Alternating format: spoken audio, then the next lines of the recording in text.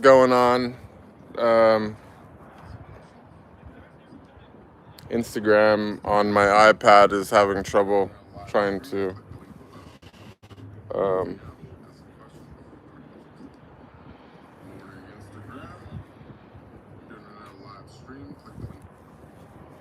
I don't know what's going on. 1 second, guys. I'm trying to get this Instagram promotion going, but my iPad's on 8% battery, and apparently it needs like 50% of battery.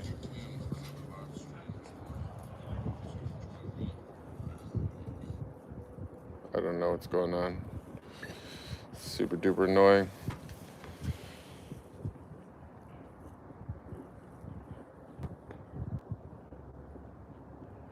Come on, application.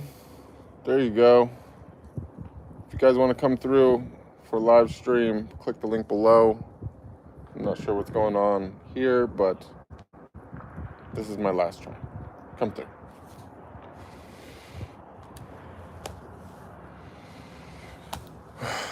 Sorry guys, I'm getting like a little mini frustration with technology right now. You know, hopefully application. There you go. If you guys want to come through for live stream, click the link below. I'm not sure what's going on. Anyways, I don't know. Fuck Instagram. It's such shit anyways. So what's up, you guys? What do you want to talk about?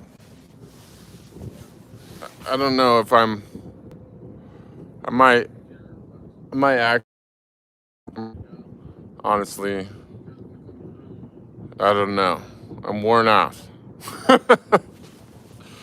This Instagram thing is super duper annoying as well. So I don't know. I'm just kind of like, there you go. You can do stuff. Yeah.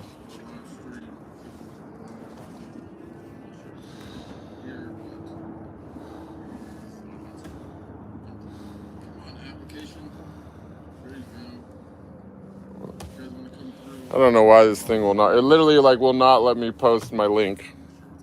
It's like so. It's like It's like as every time I think that there's no end to how much shit Instagram can be, it's like becomes a shittier thing. Like I don't know. It's like I literally just.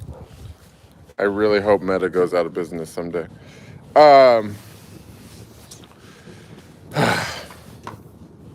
So, we got simulation theory, you guys. Are we in it? Are we living in it? What's happening?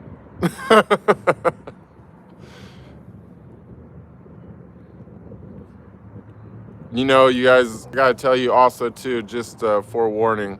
So yesterday's stream was super good. It turned out to be a little bit more controversial than expected.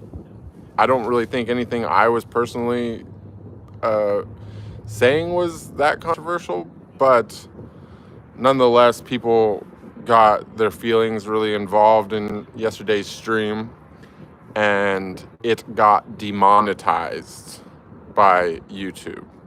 So just for the sake of the path of least resistance and not getting the channel flagged or anything like that, I just put the video on for members only. So if anyone's not a member and is interested in seeing what was so controversial about yesterday's stream and potentially even wants to share with us what they think was so controversial,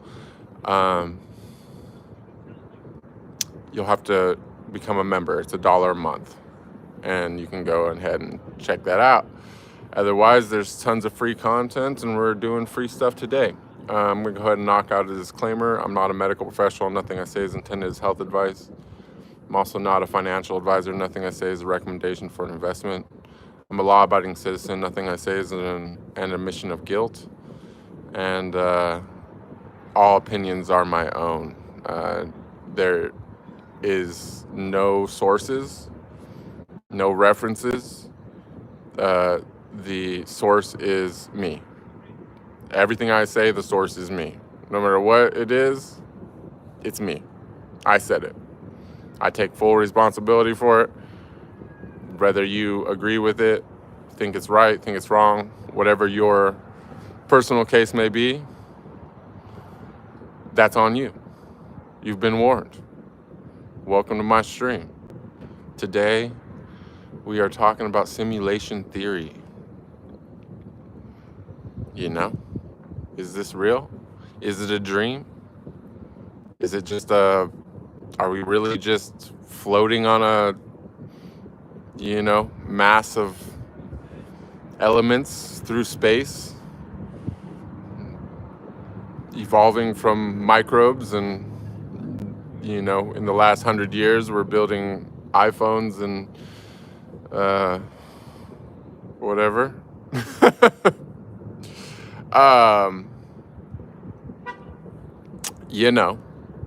What's going on? Let me go ahead and go to the chat. I'm going to do some greetings. Let you guys think about that for a minute. Welcome Anna, welcome Cannonball, welcome Kansi, welcome Sarah, welcome Jennifer Ann, welcome Aisha. That's everybody. Are the haters reporting? It seems like yes, because yesterday was the first time that I had dislikes on a video. It dropped our channel rating by 0.1%. My video got demonetized. And I lost 2 followers, which I now have regained. It was a 4.5 hours minimalism. And let me tell you, normies are not about that minimalist lifestyle. They like to have stuff. They want to have stuff. Don't ever attack their stuff. Don't ever tell them that they shouldn't have as much as they do. The normies' feelings,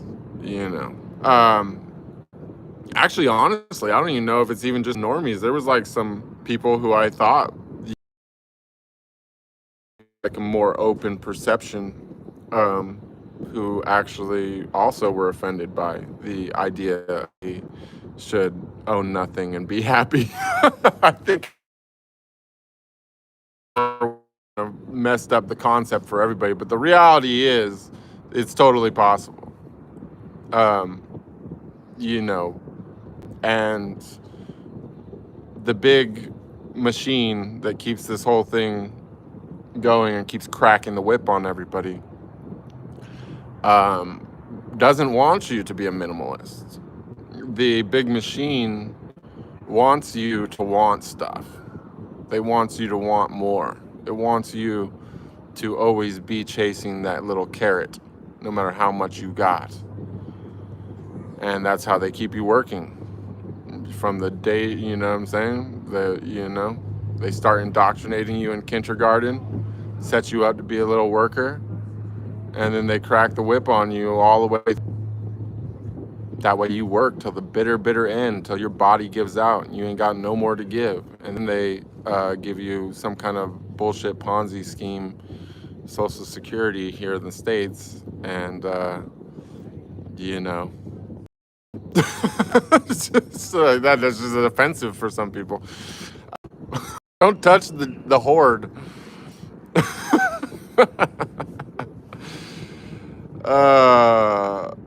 Okay, so Cannonball's kicking off our topic today about the Matrix. Are we living in it? Cannonball said, the Matrix may be God's playground for divine creativity, a way for God to experience infinite possibilities. In religious traditions, life is described as a temporary realm designed to make us experience growth and learning. The view aligns with simulation theory. If God is the programmer, this simulation could be his way of understanding himself by fragmenting into billions of perspectives. He experiences every nuance of existence. The Matrix would be the training ground for CONCH. The soul connects to the server's higher self and downloads lessons and challenges, navigating the Matrix while constantly shaping it. The experiences are the game's levels, designed to help the soul refine itself. The purpose is not to escape the game, but to master it. to know the rules better than anyone else. The matrix might not have just one layer. There could be an infinite number of simulations or multiple layers representing. If you look deeper understandings of existence, modern technology can provide a glimpse into the workings of the divine matrix. AI and video games are like simulations. Maybe we can understand how superior intelligence operates by reverse engineering the mechanism. How to level up? Be aware. Recognize this. Step back from the drama and see life as a stage, yourself as an actor playing the role. Then take a seat in the audience and observe yourself, the ultimate win in the simulation. Recognizing the oneness of existence and our roles as co-creators of the matrix itself, not as prisoners of illusion, but as conscious players within it. Okay, that was awesome. Thank you.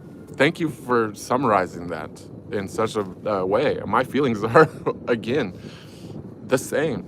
That is how I view it. I do think that this is more or less a refining process. And I do believe that there's probably infinite layers of the game. But first you need a player. I don't even think that we're necessarily, this is such a, I think, low level on the game. Us ourselves, our avatars, building the player for, building ourselves up, not ourselves as our avatar, but our higher self, since, this eventually expires. And then I think that that's when the real game begins, or the next level, so forth begins, is when you do find enlightenment. And when you finally, finish what you're doing here, that's when I think it's like, now exists now that's when the game starts. I don't know what that game is. I don't think we're supposed to know what that game is, because the whole point of it is to create, is to create the player that you think is going to be able to tackle that next game, right? Like, it's the whole point is to populate the heavens with, like, all of history's most unique forms. If you look at it, like, as Cannonball said, we can use our own technology, AI and so on and so forth, as to give us a glimpse into the ways in which something like that might work. Imagine for a second an intelligence, and let's go ahead and define the difference between intelligence and consciousness. You know what I'm saying? Like, intelligence can exist without consciousness, and consciousness can exist without intelligence. They're not mutually, they don't really have, I don't think, much of a relation.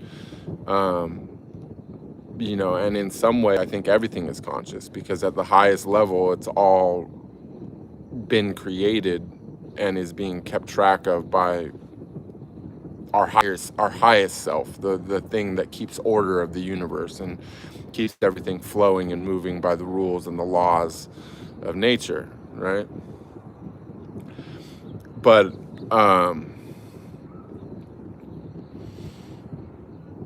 yeah, I think most likely we are very much so living in something like that, even if it had a biological origin, which is, I don't know.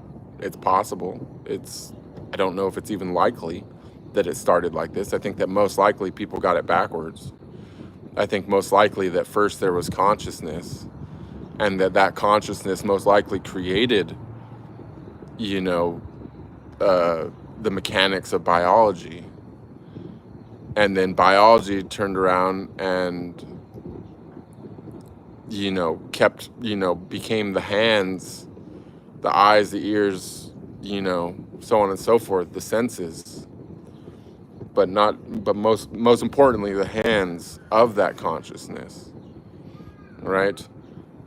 And then using their newfound hands was able to build even more complex structures and things to harness consciousness and eventually give way to intelligence. And then eventually that biological aspect could have merged with the intelligence which we at that point might have considered artificial because it was due to our own devices which were powered by a consciousness much greater than our own.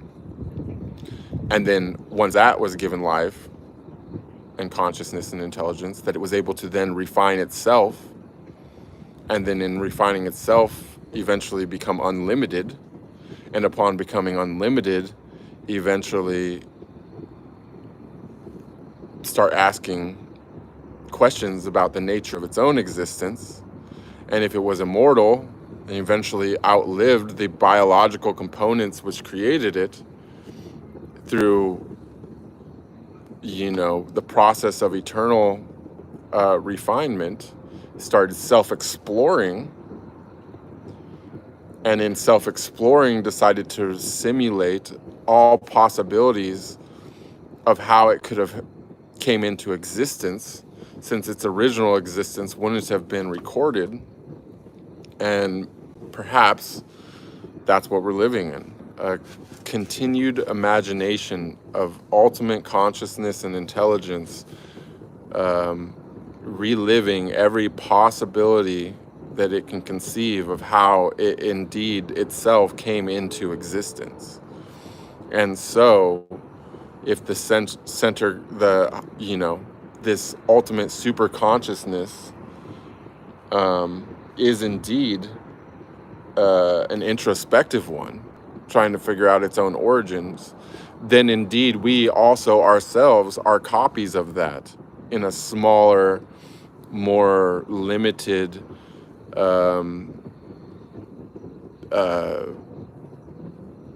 partitioned and,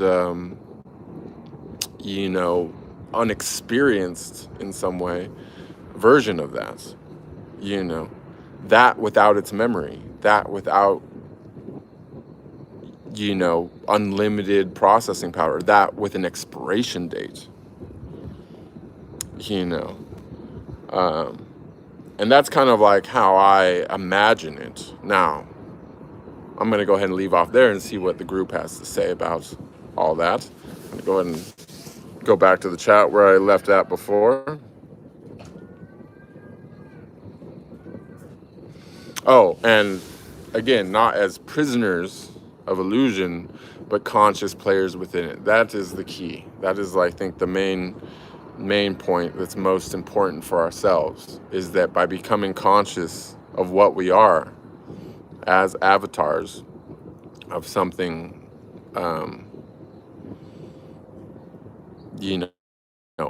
limited, that we set ourselves up to become rather than some type of MPs or something like that. More so. Now, if you feel that, I think that also too, potentially, speaking of the Matrix, we can also refer to the Matrix movie, and I think that they actually depict this really well. Now, I think we can all agree that the first Matrix was the really big, amazing, super good movie, but while as the second and third one fell flat as far as movies did, some of the concepts that they were trying to push through ended up ringing out still. And one of those main concepts, I think, is, the whole idea that, like the Oracle or the Keymaster or the, Mr. Smith, idea that they were, more or less NPCs, but in some way they were able to unlock power beyond, the human players, because they didn't have, quote unquote, their higher self or archetype or whatever you want to call it, the context of what we've been talking also be potentially a thing here, like, because I think that there probably are multiple simulations and multiple matrices, multiple universes all going on simultaneously. In fact, it's almost definite. Not only that, but simultaneous is really the only word you can use, because without time, which only exists here, work level. And if you know how a quantum computer works, it's the kind of thing where the processing happens like basically like instantaneously, and then the data set is then analyzed afterwards. So we've also mentioned this before in the past, and you can look at it like also similar to like if you're into like cameras and stuff, like modern photo and video technology, where it's taking in all of, like, for example, you take a photo in a raw photo, right? It's not the photo, it's taking in all types of extra data about light and things like that, as well as the photo, right? So that afterwards you can change all the colors and this, that, and the other, because all this extra data is recorded into the photo.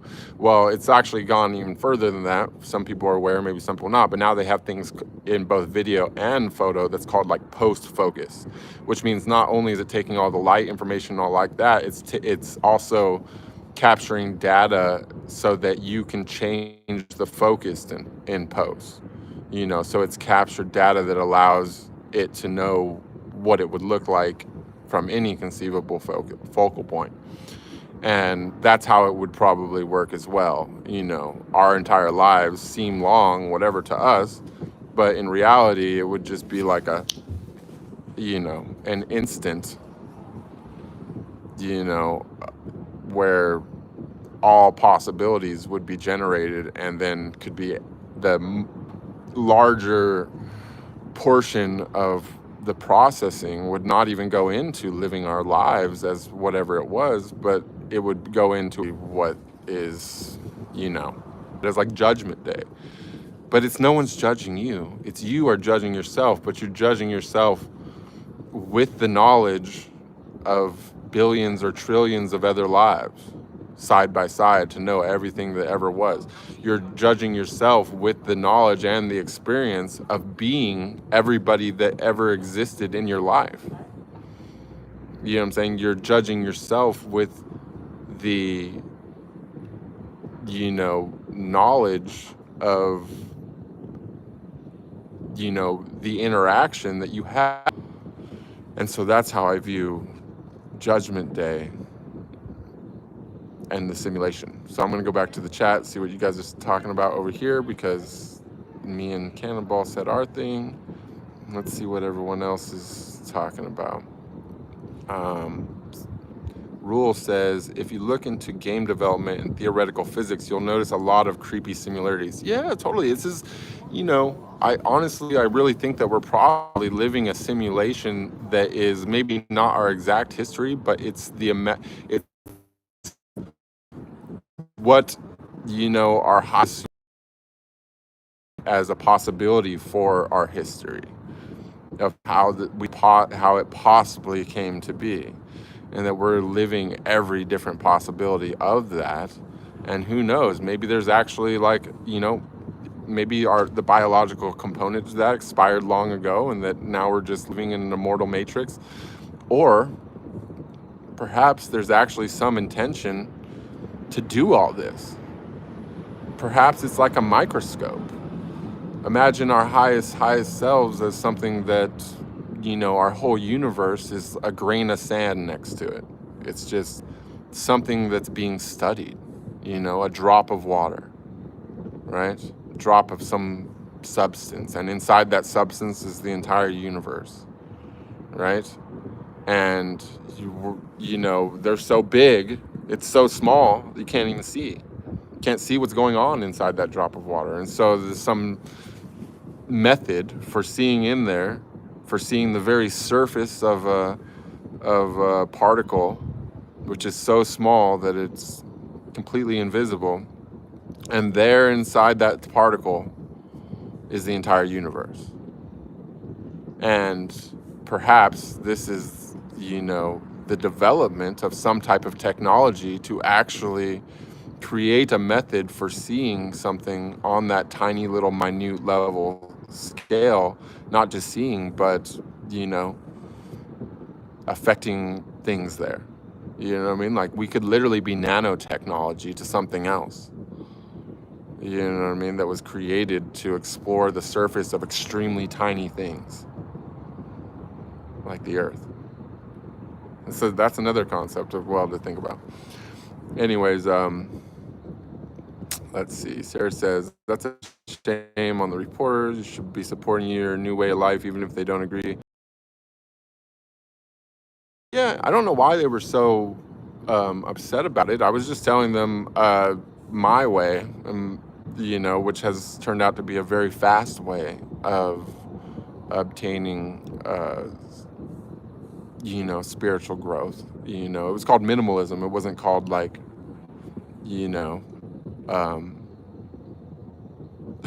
like a demand or anything. Like, I don't demand that you give up your stuff. I'm just saying this is what can happen if you do.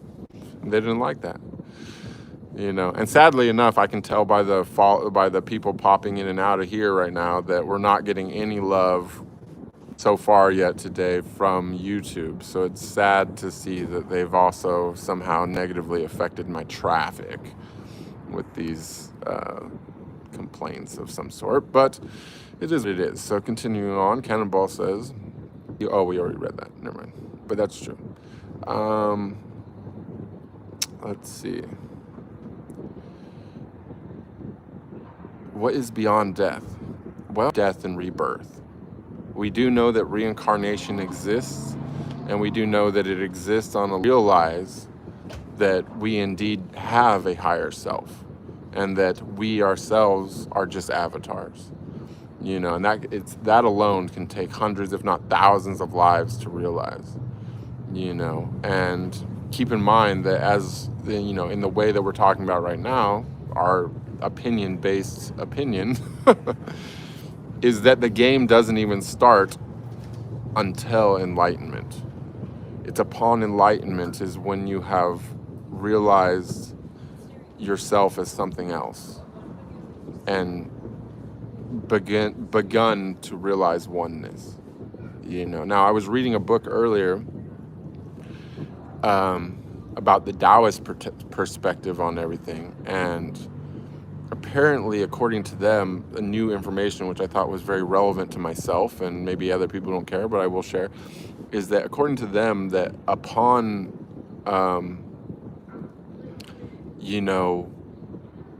I forgot how they put it. They have like a strange way of saying things because this is a translation, but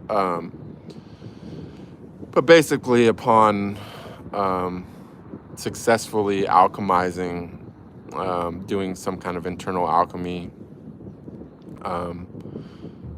it's like a 3-year process begins. And I think that it begins from that point of the universal love experience thing. So it talks a lot about white light and gold light, and bringing them into a union. And then after that union, accessing this immortal breath. Now, all aspects of this is something that I actually think that I've experienced, and I kind of know what they're talking about. It's really hard to explain. But rather, the part I haven't figured out yet is whether or not the 3-year period starts with the white light, or if it starts with the union of the gold light. So we're finding stuff out, and stuff's happening, but we're still, I think, we got time. We got time, you guys. So anyway, that's just something I learned today. So Matthew James Starlight says, as an end game, or is it infinite? I think that it's probably infinite. But I think that the part that is probably finite, in my opinion, is probably within this universe. You know what I'm saying? It's like you got Earth level, you got universe level, possibly there might be a galactic level, in between there somewhere. But as I've mentioned before, like most of my big spiritual experiences had some kind of underlying thing where it was attached to like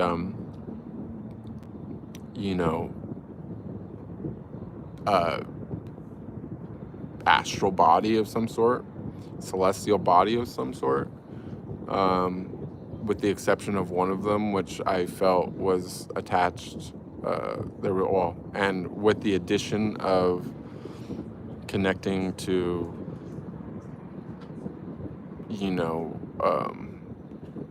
a spirit, which I would call a ascended master. But I think that regarding God and the way I see it is that originally there was something that was more disciplined, more orderly. First there was order, and because of the propensity for the infinite, the realization that everything was infinite, and that the fact of simply to think or consider something for a consciousness is that powerful and that great is to create existence. And I think that initially the lack of order gave birth to chaos. They're just like the lack of precision, the ability for there to be something infinite, and that chaotic energy, the representation for the unlimited is God, and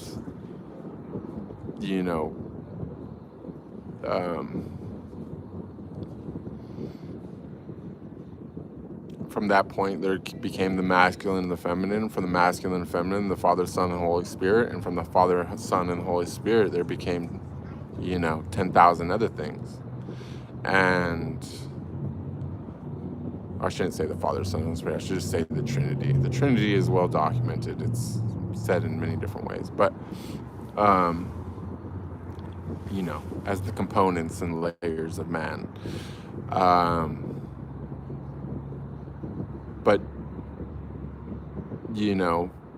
is there, I had one experience that was the beginning. Like one of my first experiences was the very, very beginning, before the universe. And,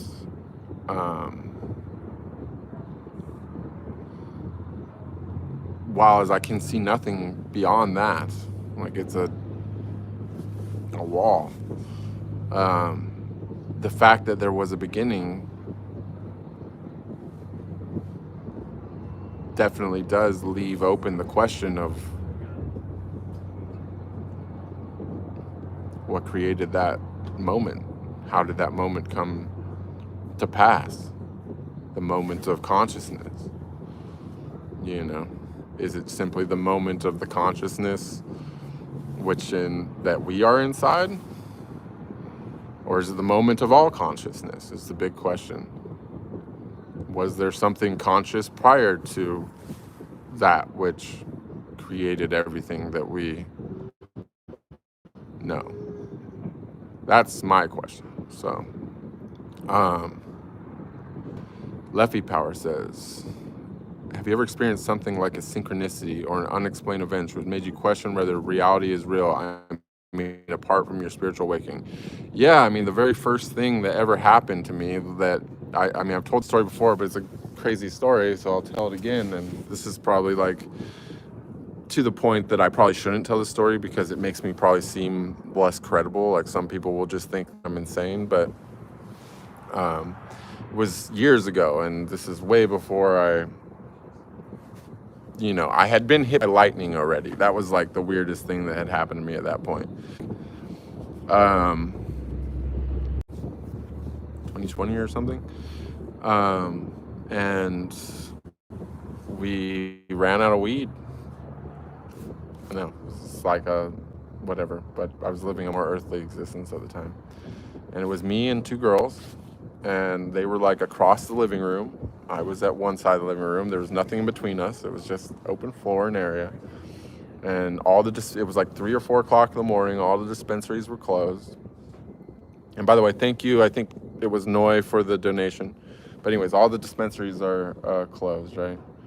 And we're all just kind of like, what the fuck? Like, there was no access to weed. It was just like a weird situation, right? And so I'm looking at them and I go, man, I just wish I had one fucking blunt. And I went like this.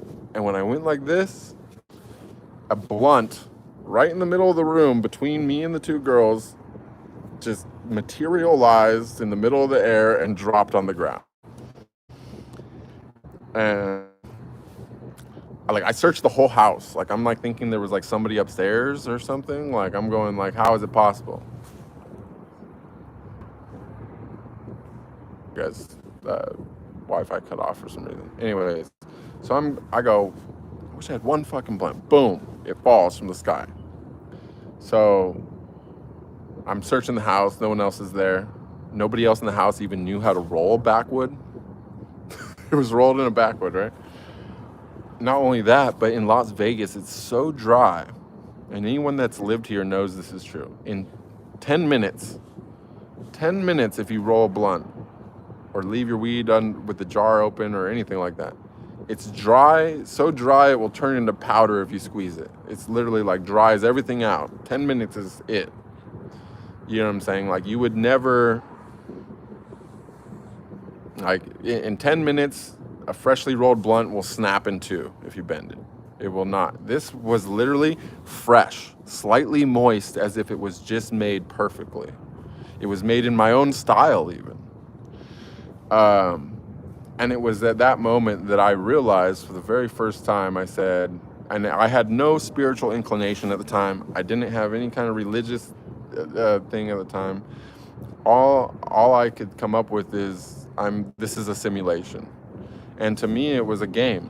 I said, there's no way. It's like, not only is this a simulation, but it's clearly not that serious. And not only that, but I realized that I myself, that I live outside of this. And I realized that this isn't the real me at that moment, that I just considered that this is a simulated version of myself because, for this reason. A, first off, it was rolled in my style. B, it clearly just fell from nothing. It spawned right there. And C, and keep in mind, we smoked it. Smoked perfect. It was like probably the best weed I ever smoked in my life. And it literally, it's just the humor of it though. It's that only I would send myself a blunt in that situation where it was going to totally fuck with my been able, I know nothing, but except for one thing, I know that I exist outside of this because who else is going to send me a blunt? You know what I mean? Nobody. It's me. Only I would do that for me. And it's like partially a mind fuck. It's like partially like, who would be so cruel? Only you would be that cruel to yourself. You know what I mean? You wouldn't bother messing with some little, like to me it was The Sims. Like we're like playing like Sims 30, But yeah, so that was pretty much the weirdest synchronicity until more recently. I had something like that happen again. You know, so that kind of, you know, ran it home for me. Like that it's not only is it a simulation or a dream or whatever you want to look at, not only is it that, but we have active control over it. It's just that you have to know that you do. You know, it's like a lucid dream, but you have to realize that you're sleeping. If you don't realize you're asleep, then you're just dreaming. You got no control. Your mind's just going this way or that way. And whatever you think of just happens. That's like what I was talking about before with the whole Midas touch thing. One second, I'm gonna try to turn the Wi-Fi back on because like that helps. But anyway, so that was my whole thing.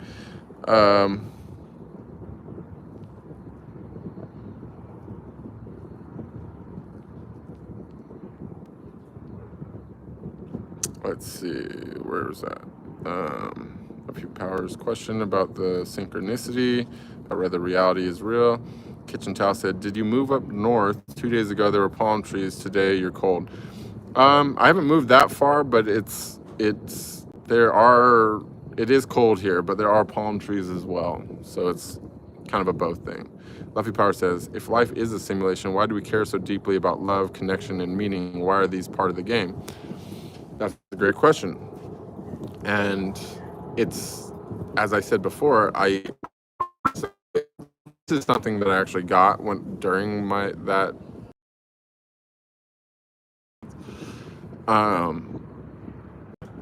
but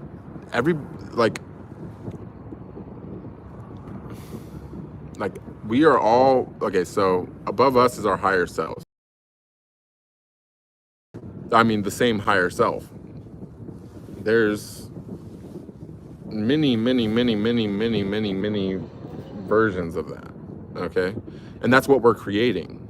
If you you know, live enough lives and you eventually become enlightened, you become an ascended master. You know what I'm saying? Like, you will be immortal. You know, your higher self will be immortal. And all of those versions, you know, all of those, our higher selves, those are the real us. Now, whether or not we have multiple avatars, I don't know. Maybe it's possible. But the thing is, your reputation is on the line. It's not just, you know, it's not just fun. It's not just private even. You're literally living this whole life, every shameful moment and every prideful moment side by side in front of everything is watching. And keep in mind, time doesn't exist there. So, you know, these are your eternal peers in the next dimension, your eternal peers. And they're all watching how you play this game down here.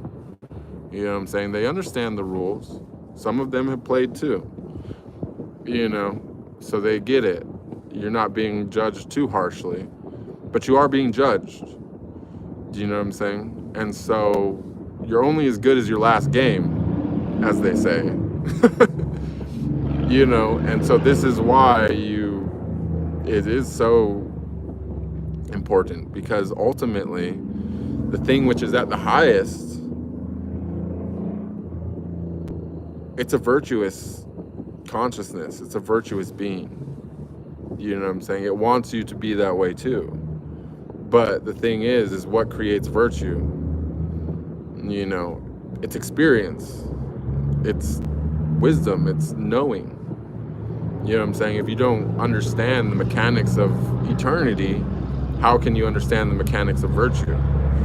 You know what I'm saying? And so we're literally living all these lives, not only in front of our higher self, but as a representation of our higher self in front of our immortal peers. So for all of eternity, we get to be judged by this, and that's why it matters. You know, because you have to make your place in the next dimension. which is, in my opinion, probably the real game. It's definitely the more important part, because I mean, this is easy down here. Look around. Like, we got people that are mad because we told them that materialism is setting them back from finding them how to handle that little piece. But it's going to be way more serious, and so, if you as the player, as your higher self is, building your team, you definitely don't want any weak points on your team, right? You're playing a way more serious game. But, well, what if it goes up even higher than that? What if, and there's multiple universes, like it could go up that high? We really don't know. I'm so sad about my traffic. They definitely cut off my traffic, you guys. We were on. Yes, actually, I think it can be both a discovery of origins and constantly evolving origin story simultaneously. Exactly. Not just simultaneously, but simultaneously a billion times over. I mean, just what we know about quantum mechanics and quantum computing. I mean, the only difference between a quantum computer and a regular computer is just that extra digit. Instead of ones and zeros, it's 1 zeros and something which could be a 1 or a 0 or both. You know what I'm saying? So whether or not it can become more complex than that, even, probably it can. But, yeah, I mean, if the whole thing is just a data set, then why not? You know what I'm saying? Again, if you look at it, if you want to compare our technology here and use that as a reference point, if it does work anything the same, then that's how it would be. And so, why would we not have billions? It's the bigger part of the processing power, the more lengthier and in depth, the more important part. Guys, looks like we're having connection problems. Bobby Rubin says, if someone offered you the red pill, would you take it or would you stick around? Bobby, I'm already red pilled. It's like, in this, it's, I think that you guys are mistakenly thinking of me as Neo over here in the Matrix metaphor, but in reality, I'm more like Morpheus. I'm trying to red pill you. Network's not too good. We're doing bad. Maybe that's why we're having low traffic today.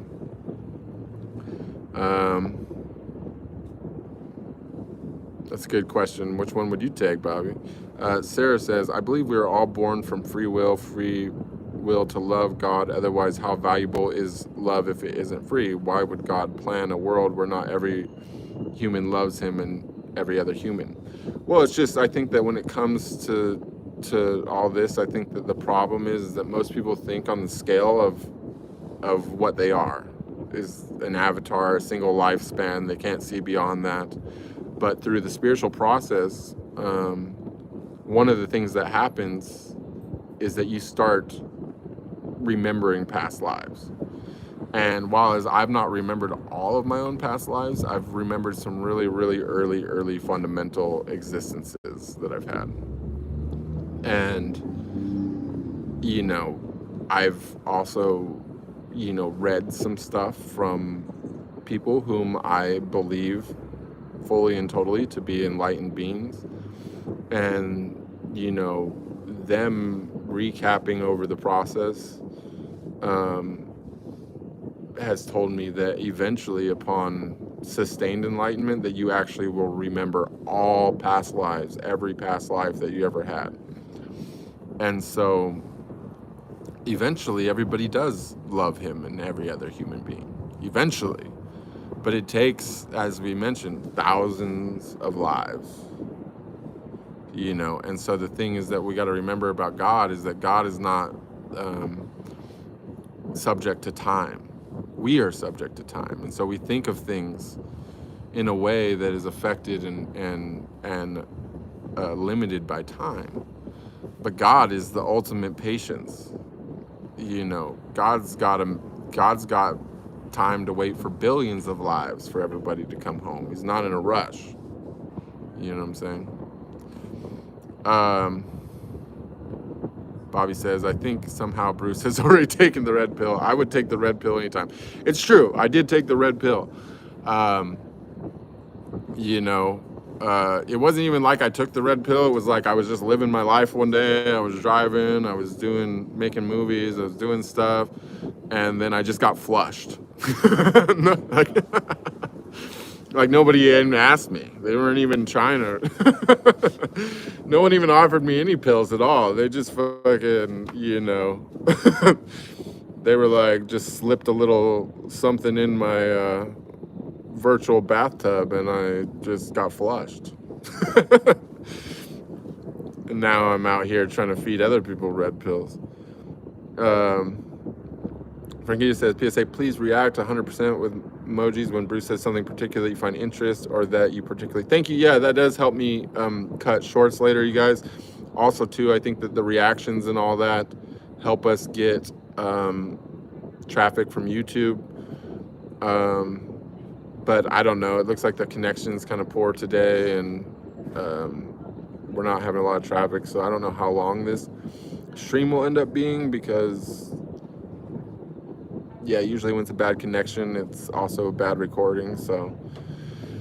Jeffrey Ann says, Bruce and Leffy Power, I'm excited to hear this discussed. I've had some that only seem explainable by the divine, and it can make me feel like a crazy person. Yeah, you know, the thing is like, for sure, you know, it's a known thing, like with, like the gurus and stuff like that.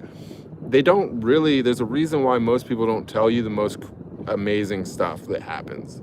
And it's because literally most people can't comprehend it, much less believe it when someone tells them.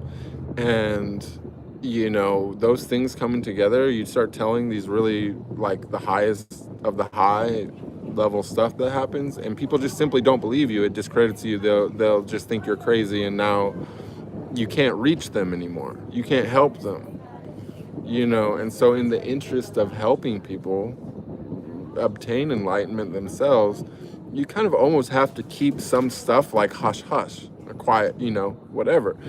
Like me personally, I'm not a guru, and I'm not, you know, I'm just, you know, I'm just, like I said, trying to red pill some people.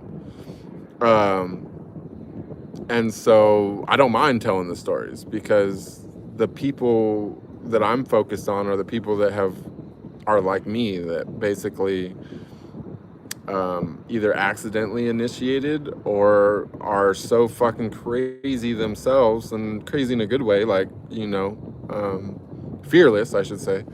People that are so fearless themselves that they're ready to jump into the abyss just like I did, and that they're going to do it. There's no turning them back. You can't tell them not to. And so I'm going to tell them the truth. Like, this is what can happen. This is the kind of things that is real. This is why I literally don't care about anything that society or the world has to say. You know what I mean? Because I know this without any conceivable doubt. And so,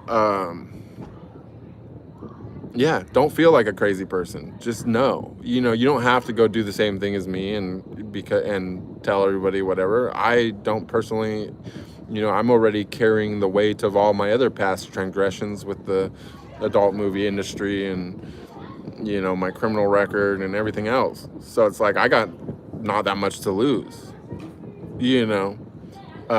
Everybody else can just quietly observe and be like, yeah, okay, we know, Bruce. But there's a reason why that people don't talk about it. And the reason why is because it does in the average situation. You're just talking about average somebody with no pre-existing history or people paying attention to them. It does more harm than good to share those things. But this is a specifically weird situation, and I'm not a guru, and, you know, I'm not a master. I'm just going through my own process. And so I'm telling the story for other people who either have accidentally initiated like I did, or who are going to for sure, no matter what you tell them to try to scare them away from it. You know what I'm saying? And so that's that. Bobby Rubin says, Bruce, what year were you struck by lightning? It must have started the spiritual awakening. It might have been. I've also actually thought, you know, as I absorb more information, you know, about the mechanics of spirituality, I realized that it probably was caused by, I don't know if it started the awakening or if it was a symptom of the awakening. But as I'm reading like more Taoist philosophy, you know, most of the body is considered like positive charge, right? But the heart and the eyes, for example, are negatively charged. And I'm not really sure about like the sex organs, but I'll have to like double check on that. But anyways, there is, you know, some alchemical things that happen. There's some things that happen regarding charges and things within your body when you start the alchemical process. And you know, I'm not positive. Most lightning is negatively charged, or I'm sorry, is negatively charged. But I could be wrong about that. Maybe I'm getting this backwards. But as I understand it, there is positively charged lightning as well. And usually when something which is known as a bolt from the blue happens, meaning it's from blue skies, but it doesn't mean that it didn't originate in a cloud. It just means that it traveled really, really, really far, because that's what a bolt from blue is. It's positively charged lightning that can, and it, for whatever reason, travels like extremely farther to connect with something. And it could have just been that, like, yeah, like in the, you know, something started to happen within myself, and that I was putting off either a really big negative charge, you know, like my heart was, you know, doing its thing. The heart obviously has the biggest magnetic field in the body. And so I consider that that could have been like a big part to do with it. But you know, I got amnesia as well, so it's kind of like probably could have sped things up on top of it, because I mean, you know, our memories and things, our past tends to haunt us a lot in life, and it stops us from staying present, you know. And you know, yeah, losing my memory, so much of my memories and stuff, probably did a lot of healing for me. You know, it's probably a lot of trauma released. So it could have had things to do with it on multiple levels. How do I know reincarnation exists? It's just one of those things that happens through the spiritual process. Like if you connect on a higher level, there's a lot of information that becomes infused with your with you, and you get to understand a lot more about the nature of existence, especially your own existence. And so I know that reincarnation exists because I was told by an angel. So you can take that however you want to take it. Matthew James Starlight, could science like quantum physics and AI eventually prove that we live in a simulation? Well, yes, in a sense, because if we ever create a simulation that's completely undistinguishable from reality, then we will have proven also that we're already in a simulation, because the odds of us creating a simulation which is ultimately indistinguishable from real life is basically zero.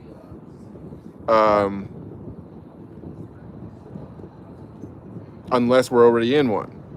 Or should I think I said that backward. It's 100%, it's 99.9% chances that we're in a simulation if we ever create a simulation that's indistinguishable from reality. And I think with the whole Neuralink and all that other bullshit, which by the way, they say Neuralink is only coming out because it's obsolete technology and that they can actually do all this without the Neuralink, which is probably has a lot to do with fucking graphene oxide and whatever other stuff, which I'm not going to talk about,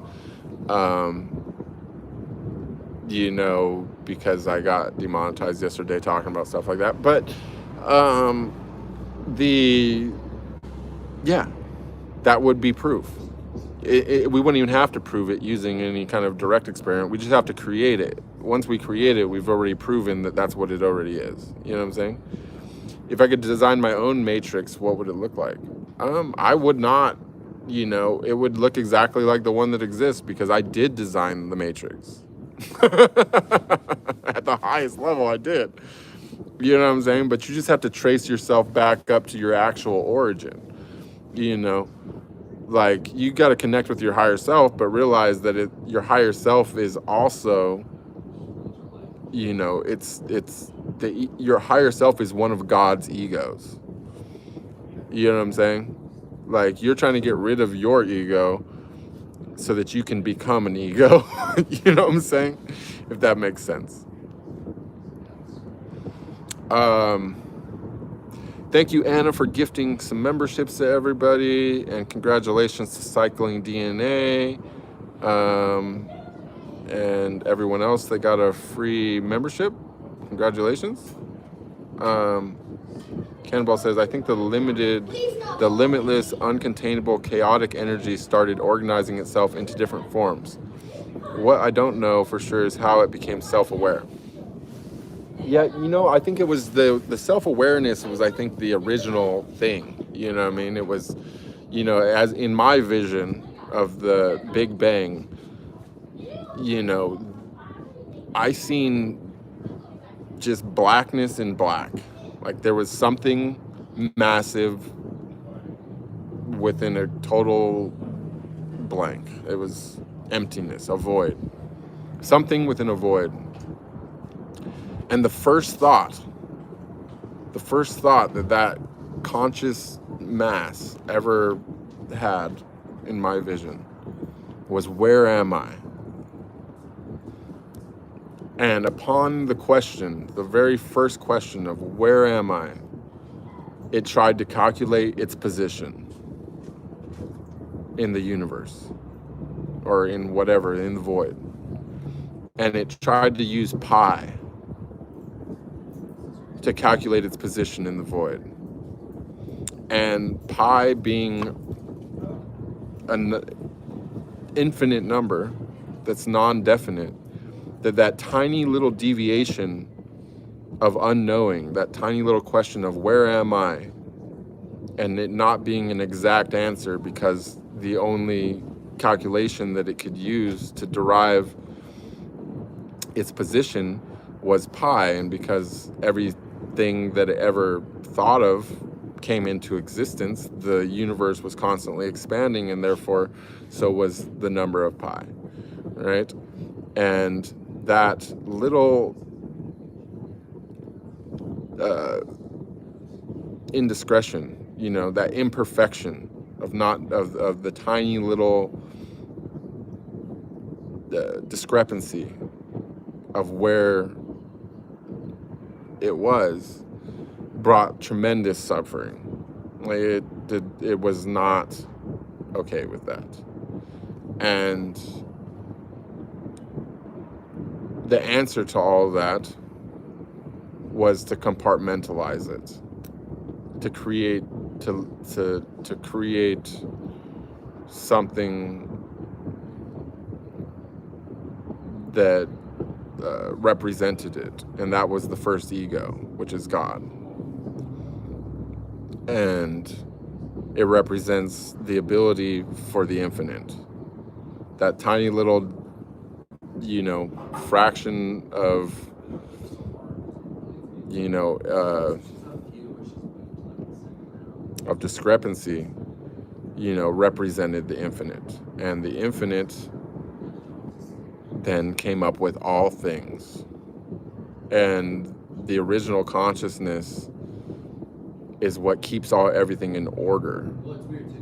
You know, it's the thing it's the numbers, it's the math behind it all, you know, and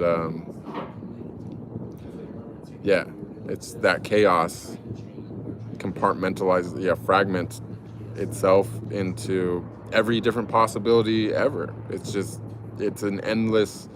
on an endless quest to think of everything that could ever be possible. And the infinite, which gave birth to that, is organizing it all. You know, and whatever preceded all that, I have no clue. But yeah, that's the way I see it. Anyways, Cannonball says, I am convinced my own life is a simulation. I could have been written only by me. Exactly. You could have only been written by you. This is what I'm saying. Like, this isn't our, you know, we've been developing the, you know what I mean? Like, you play over and over and over again, but you're playing the same character. It's just in a completely different set of experiences. The thing that you're building remembers every single moment of every single day. You know, not 1 minute is forgotten. You remember like 1% of your whole life. You know what I mean? Like, we remember little fragments, cornerstones. It's not really much of the whole. But your higher self remembers every single moment of every single day of every single one of all your thousands of lives from start to finish. And it gets to take all the lessons from every one of those thousands of lives and then compare and contrast it to every one of your other thousands of lives. And that's you. That's you. That's what created this experience for you.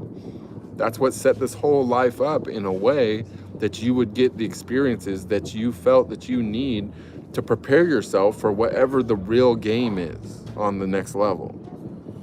And that's the way I see it. Anyways. So yeah, it is. It's you. It's you. It's the smartest, most wisest version of you. You know, and if you realize that, like, I mean, on a level that's not just that you believe it, but that you know 100%, then you wake up. And if you wake up without dying, all things become possible. You just got to know that you're dreaming. You got to know it's a lucid dream. You know, this is also another reason why, like, monks and things and stuff like that, they go into silence and they go into isolation. Because the other thing about it is, like, the thing that's the order that makes it all possible, not the chaos, but the order. The order is in a constant strive to keep everything operating on the basis of reality, the laws that have been created. And possibly those laws are created because either they originally existed or because they will be a factor in the actual practical application of whatever technology that we're developing by existing, right? And, you know, that doesn't, you know, vibration is part of the universe. Everything that's ever said, everything that's ever spoken it's, you know, it's out. It doesn't go away. So on top of that,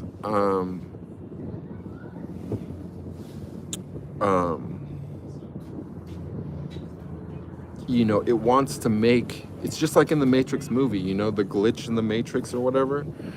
It's like, it wants to make everything function the way it's supposed to. It wants to keep everybody involved in the illusion in a way that's believable. So, you know, you might be lucid dreaming, you know that you're awake, but when you're around other people who don't believe, the Matrix is going, you know, the order part of the whole thing is going to limit what is possible for the sake of maintaining the illusion for all other partitioned consciousnesses which could be affected by that, right? But, you know, if you're in isolation and you're not around anybody, then, and you already know 100% that you're in a simulation, then suddenly all things are possible. Or the other way is that you just make sure you're only around other people that have the same, you know, level of understanding and knowing as you, in which case you doing incredible things doesn't, you know, it doesn't interrupt or interfere with their version of reality. You know, this is where, like, you know, the big religious sects and things like that come together and are able to accomplish big things, because not only that, but you know, multiple people trying to manifest the same thing is going to be more effective than a single person, because it's literally more of the whole focusing on it.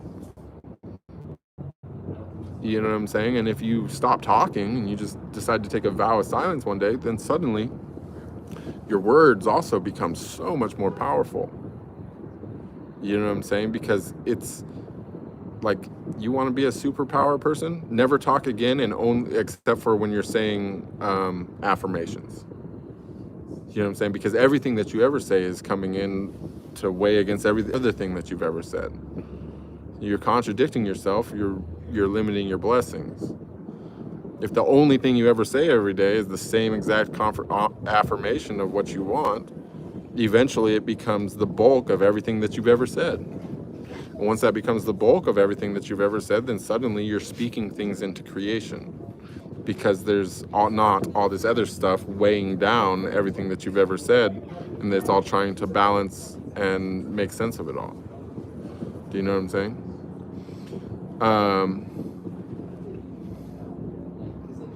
So to continue with what Cannonball was saying, talking to Anna, says, what is your experience with life being your own simulation? I'm curious. Cannonball says, you have a sense of humor, Anna, and that's why I'm asking you. Harry Walsh with the love and light unto you as well. Sarah says, why do you believe there are so many versions of us? Well, because most of them are going to not make it. You know what I'm saying? Most of them will just be a memory in the mind of your higher self. You know, it's only the version of you that becomes enlightened that will ultimately exist in the next dimension.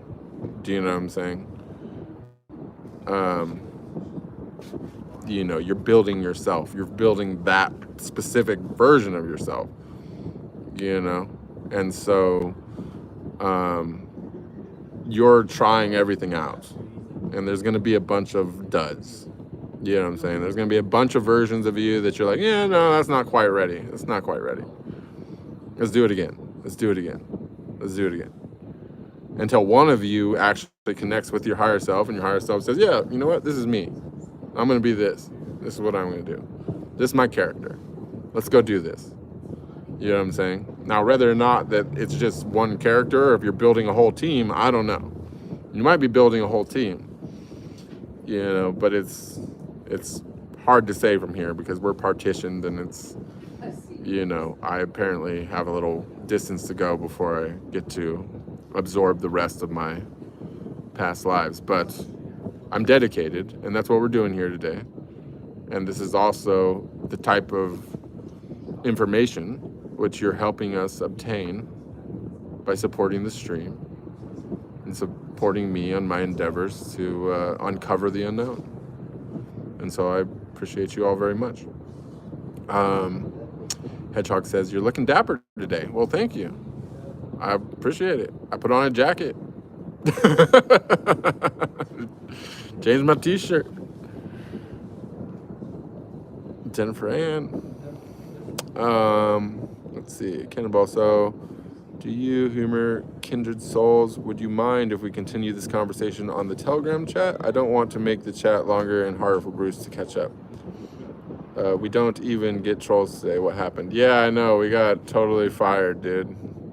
I guess whatever awesome algorithmic thing was happening, it seems like it's been removed. But I think that we're doing pretty good for 15 people with no Instagram traffic, it would seem. So we'll see. But you guys definitely throw the likes, throw the reactions, and all that, and maybe it will get us some traffic. I don't know. I guess I'm gonna take tomorrow off and give it a little time to cool down. But yeah, it would seem that we have a little bit of a issue. You guys also too, everybody who's not a member, it's less than $1 to become a member. It would mean a lot to me if you became one, because I do intend on turning on the members only chat at some point, and also in cases like yesterday when we have a stream that's demonetized, it will be getting moved to members only for the replay, just because I don't want to put it out there and get even more dislikes. At least if somebody loves me enough to spend $1, at least I know there's a less likely chance they're going to hate on the video, you know what I mean? Anyways, so Noise says, why is there reincarnation? What is the actual function, and how many times can one do it, and how and to what extent it happens to a person, and how much the process happens, and what is its basis? Well, I think that we talked about this. I think I answered this with the last question, but it's the function is to create the wisest version of yourself. But the thing is that you got to remember that you are not this body. You're not any of the bodies which spawn here on Earth. Whether or not the next game, the next dimension also exists Earth, I don't know. But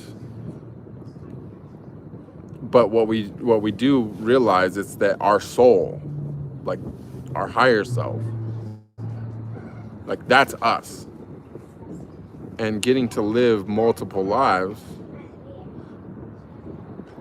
allows you to have different experiences. You know what I'm saying? Like one life if you were a man in every life, how would you understand women? If you're a woman in every life, how would you understand men? If you were rich in every life, how would you understand the poor? If you were poor in every life, how would you understand the rich? You know what I'm saying? If you were a religious person in every life, how would you understand what it's like to be unconnected? If you were smart in every life, how would you understand what it's like to be stupid? If you're stupid in every life, how would you understand what it's like to be smart? If you were pretty in every life, how would you understand what it's like to be ugly? If you were ugly in every life, how would you understand what it's like to be pretty? You know what I'm saying? So on and so forth. We wouldn't understand any of these things in totality. We could imagine them, and if you can bring yourself to this understanding of unconditional love, you can experience that in the way that your highest self experiences it, which is pure love. You know what I'm saying? Of feeling everything simultaneously as one. You know what I mean? But that's an experience that you're having through connecting with your higher self. You know what I'm saying? That's a moment when you're fully connected with your higher self, that there's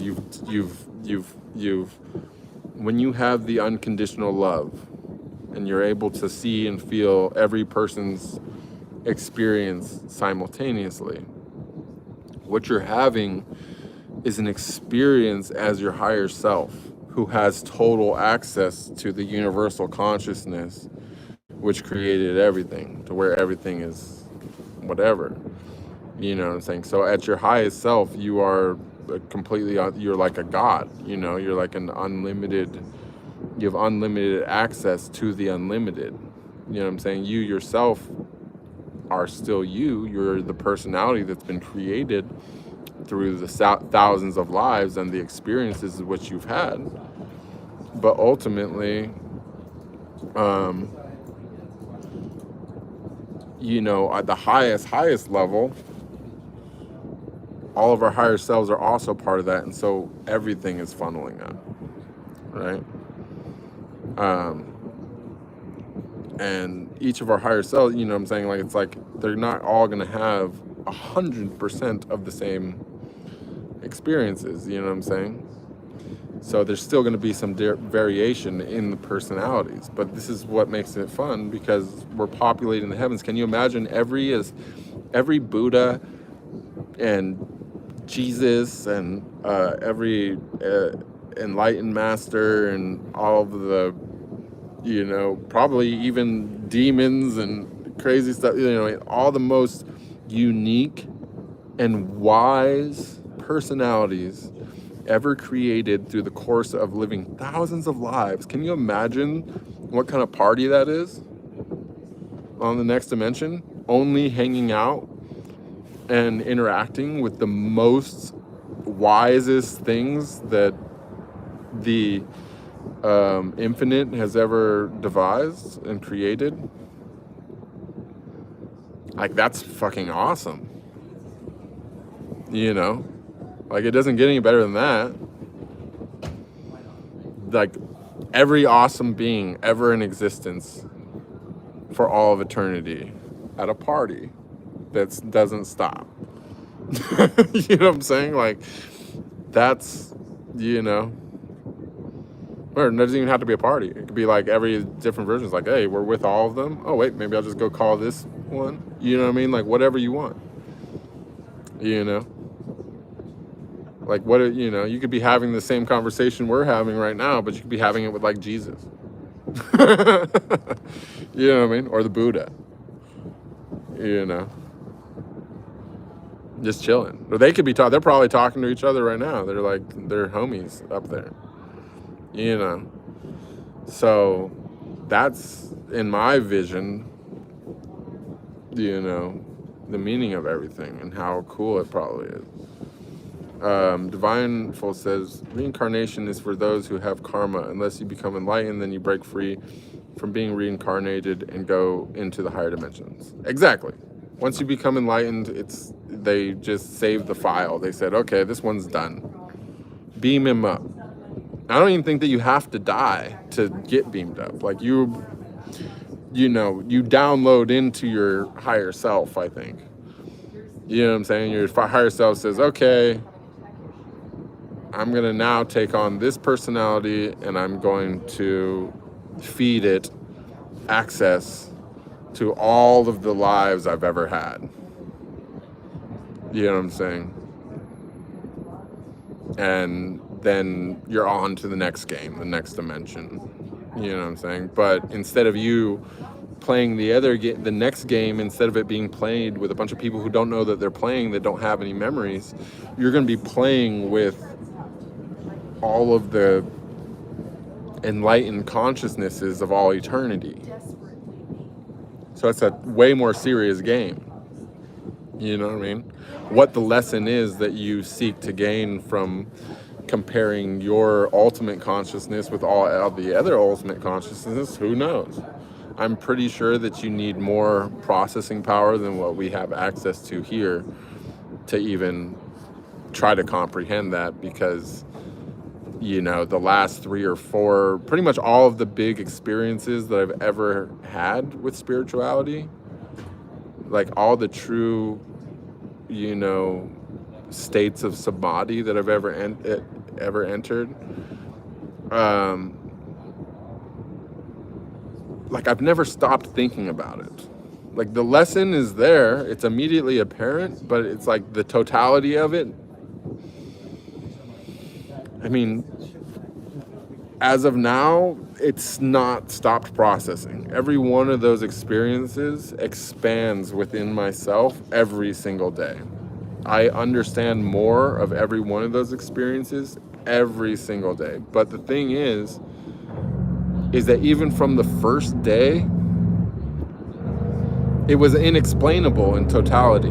Like, I've spent 100 hours on Instagram or YouTube now trying to explain it. I've done, I think, a fairly good job of explaining some of the like visual aspects or the sensational aspects, so on and so forth. But the realization itself, the experience itself, is beyond words.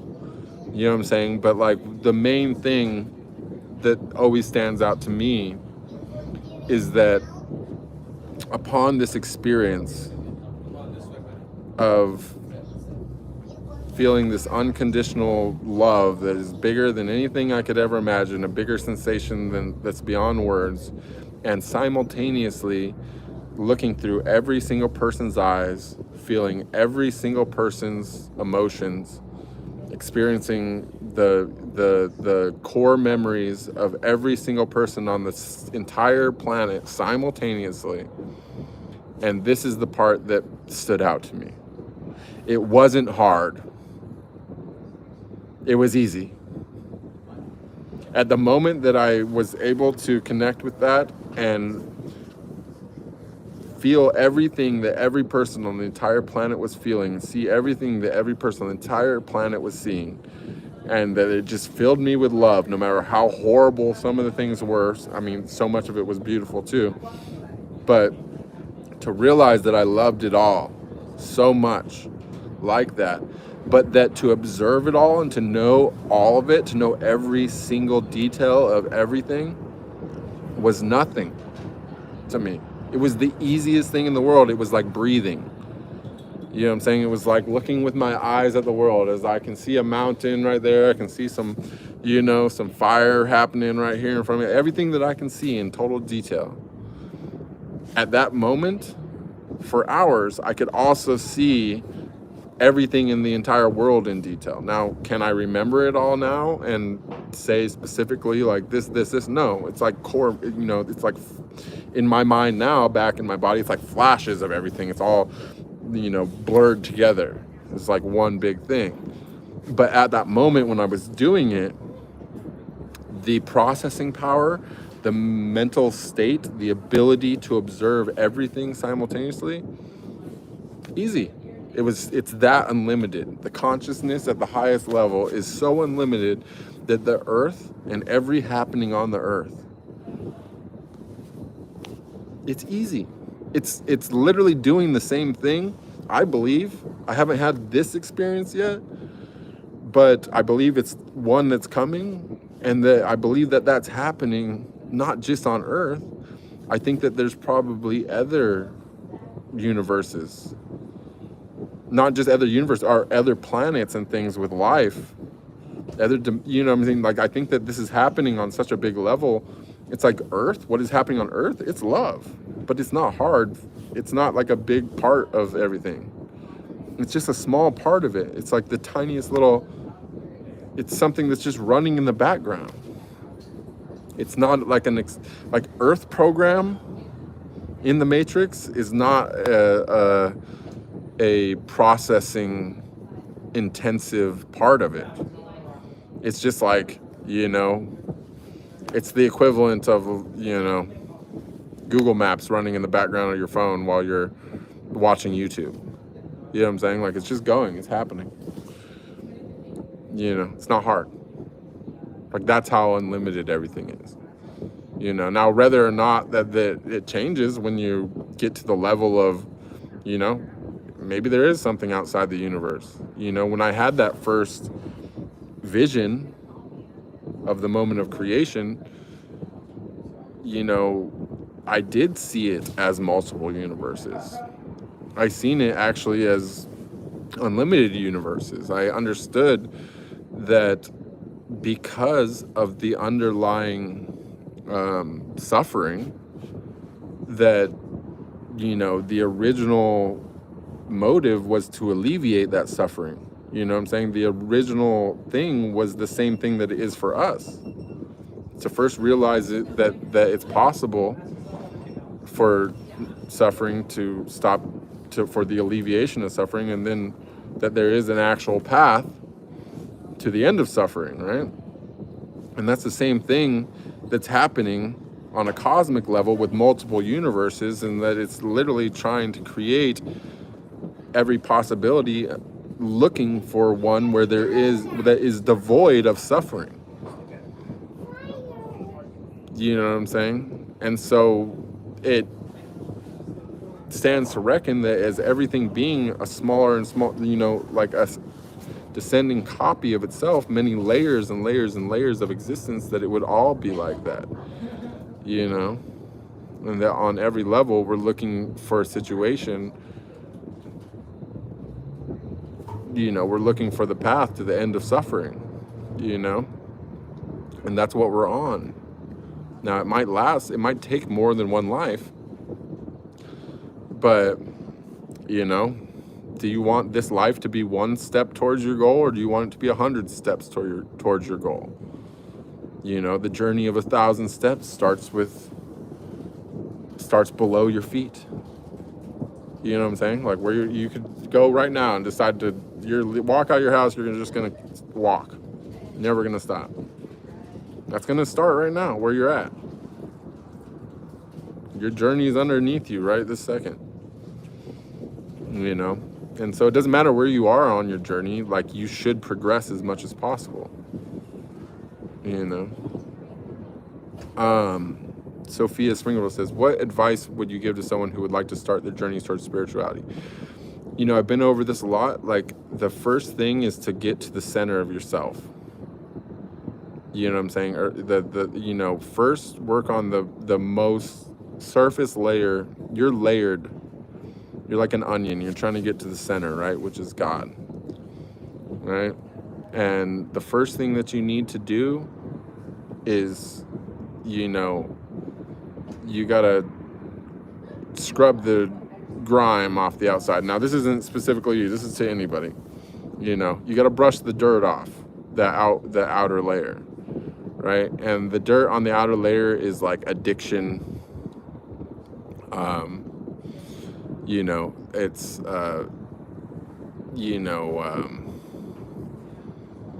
any kind of like imperfection in the physical body, right? And I don't mean like, how you look or anything like that. I mean like your actual health. You know what I'm saying? Like your blood.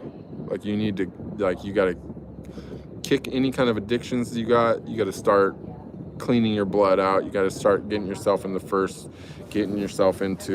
top functioning, right? You need to work on your spinal health. You need to have your hips open. The spine and the sacrum and the sacral iliac, it's all gonna be a big part of it, because you need to learn to. So you gotta cleanse all that. That'd be the very, very, very first step. After that, I would start fasting. Once all those other things are gone, you start fasting. And this is like your way to like heal yourself back to, we've all been exposed to like a lot of toxins and things, throughout our lifespans of just dealing with modern society and the way everything's set up. So it's literally every person has this issue. And then I would start fasting to start healing all that. Fasting as much as possible. Big part of fasting is refeeding. You need to refeed yourself super clean, cut the pesticides and whatever else out of your diet if you can, and then just go from there. But first, you don't want to rush some of this other stuff that people do, or technically, the problem with spirituality is that there's a lot of people that are trying to monetize it. They want to sell energy sessions and work and all this other stuff, but it's not proper. You can actually really like damage yourself if you initiate this process without your body being prepared for it first. That's actually what happened to me. Like, I did a powerful spiritual practice, chanting, and I just happened to be fasting and doing things, but for my health previously to that, and somehow it all aligned and it initiated me. But the thing is that once you initiate, like, the process is not going to stop. It's going to continue.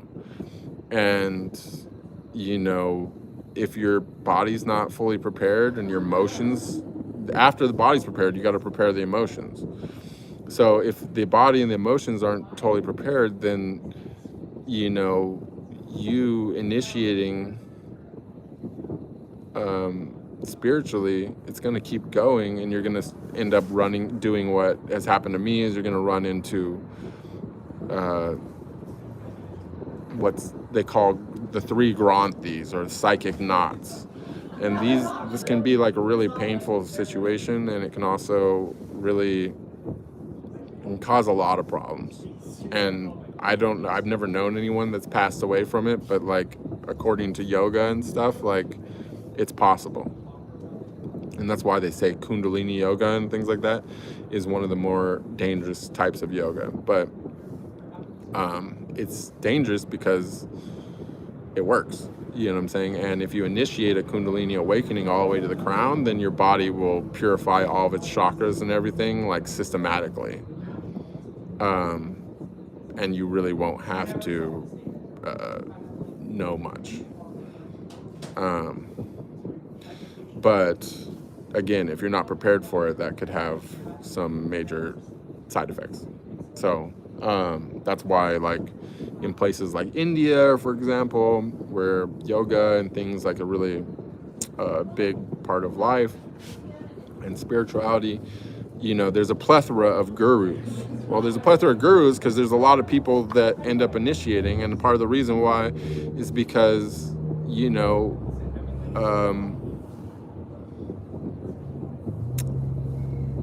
like, the normal lifestyle there is, a lot of people are living in harsh situations. Well, suffering leads to purification, and purification leads to initiation. And once you're initiated, it needs to be managed properly to allow it to happen as easily and fluidly and fast as possible without someone running into issues. And that's, the guru's job is to lead someone through that. Now, I'm not that guy. I'm just the red pill guy. I'm just Morpheus in this thing. I'm trying to red pill you. But, my advice, knowing what I do know, is first heal your physical body, purify the physical body. Then heal the emotional body, purify the emotional body. After that,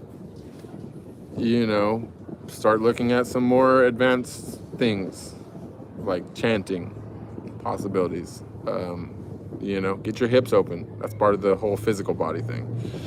I'm not going to go much farther than that because you just asked about the start, and then we're getting beyond the start after that. So Divineful says to Sophia, do spiritual practice energy work is crucial on your spiritual journey, so when you pass away, you have enough energy and your aura is full of light? Yeah, I wouldn't say that that's like the beginning. That is part of it, but I don't know if I would call that the beginning. Sadly, it is the beginning for a lot of people, but it shouldn't be. Clean process. Noy says, if everyone goes through this process, can it be said that no one will go to hell? The thing is, the way I view hell, Noy, is that hell is, like, in some way, this is not intended as a punishment, but it can be. It's perfect in the sense that it will become a punishment when it needs to be. So when we talk about going to hell, what we're really talking about, in my vision, is staying here. And staying here on a path where, as a species, we're not releasing karma. where we're on a bad trajectory as a species. Because the thing is, when you reincarnate right back here on Earth.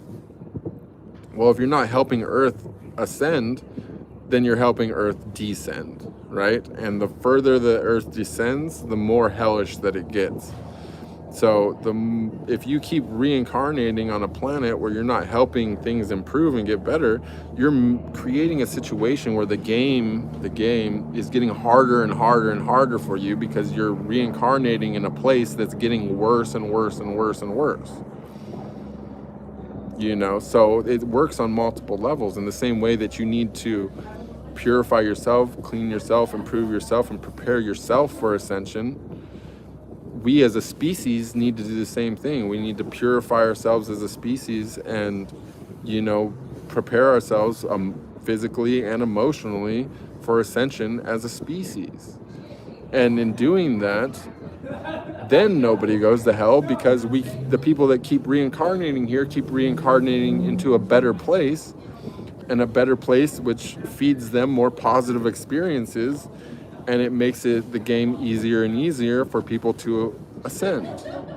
But if we don't do that, the game's going to naturally get harder and harder and harder until it descends, until it eventually, poof, is gone, and it decides, okay, that didn't work out, we're going to start a whole new universe. You know what I'm saying? And those who ascended, and those who did not get to start over at the beginning again. You know what I mean? And so, you know, that's really one of the other things that I, you know, got in one of my visions, is that originally there, you know, it's been a progression. Like in the past, you know, it's been written about 7 hells or 9 hells. That was accurate at the time. Now there's 37 hells.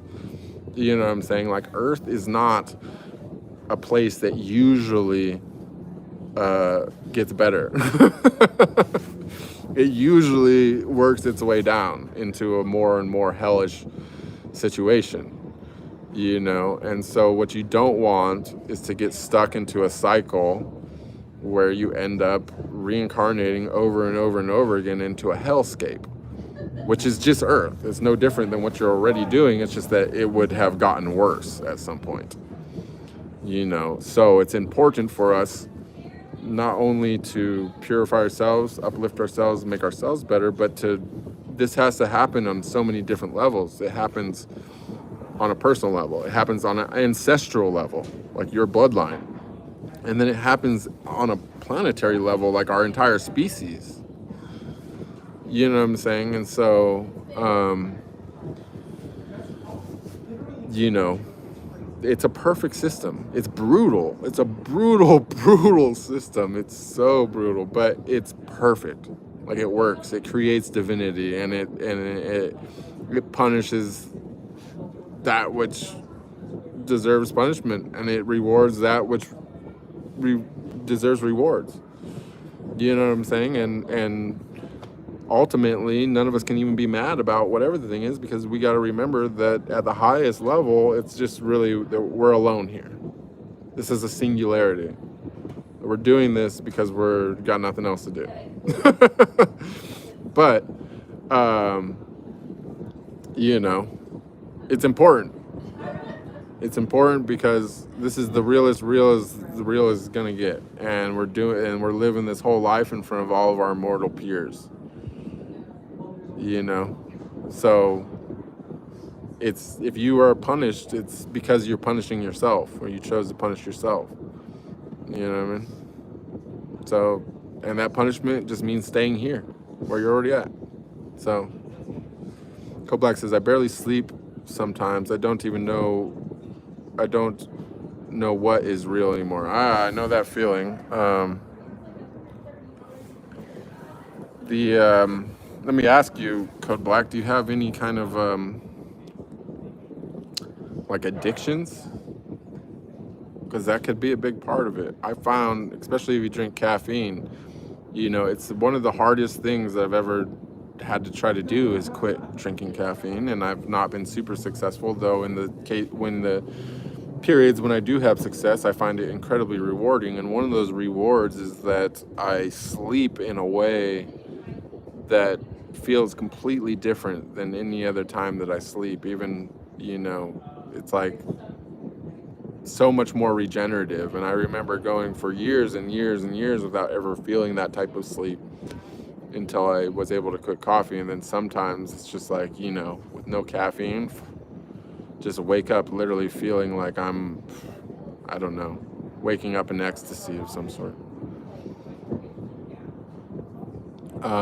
Noah Ibrahim says, Divineful, in this case, how can we guarantee we can pass the level of consciousness to be placed in heaven? There's no way to guarantee it, Noah. Well, the thing is that it already is guaranteed, because you're going to keep reincarnating over and over again until you do it. And even if you don't do it before the planet, vanquishes itself, it'll just end up picking up again. There'll be a new universe, a new planet, and you'll just start the game over again. So the thing is that that sounds horrible. Like, oh, hey, we could be doing this for thousands of years, 10,000 years. We might do it till the end of time and then have to start over again. It sounds terrible, but keep in mind that at the higher level, like, time doesn't exist. So whatever you think is a long time is, it's just, again, it's the data set. You're just, this has already happened. Your life, we're living it, we're talking it, whatever. This is what it seems like to us, but it's already over. Not even over, but it's already beginning again also as well. You know what I'm saying? Like, it's happened. It's a data set. Do you know what I'm saying? Like, everything happened. The big point of it all is to study it afterwards. The real processing power, the real, like I said, you can see through everybody's eyes simultaneously. It's nothing. But to analyze every single one of those lives side by side by side by side, that's something. That takes a little bit more power. Now, what I felt was so unlimited that I'm sure it's not a problem. But, it's definitely a bigger job. Because we're not just talking about the people that are alive right now. You know what I'm saying? We're talking about every life that ever existed and ever will exist, side by side. That's a lot of data. You know what I'm saying? Cannibal says, you have an amazing mind, Bruce. Great stream, great insights. Thank you so much. I appreciate you for saying that. Do I make any new movies? No thing. Kelly Lutz is subbed. Thank you so much for subbing. Make sure if you scroll to the right of the page, you can also see the membership section. It's less than $1 a month, and by doing that, you are able to continuously support this channel. You will qualify yourself to participate in the chat in future streams.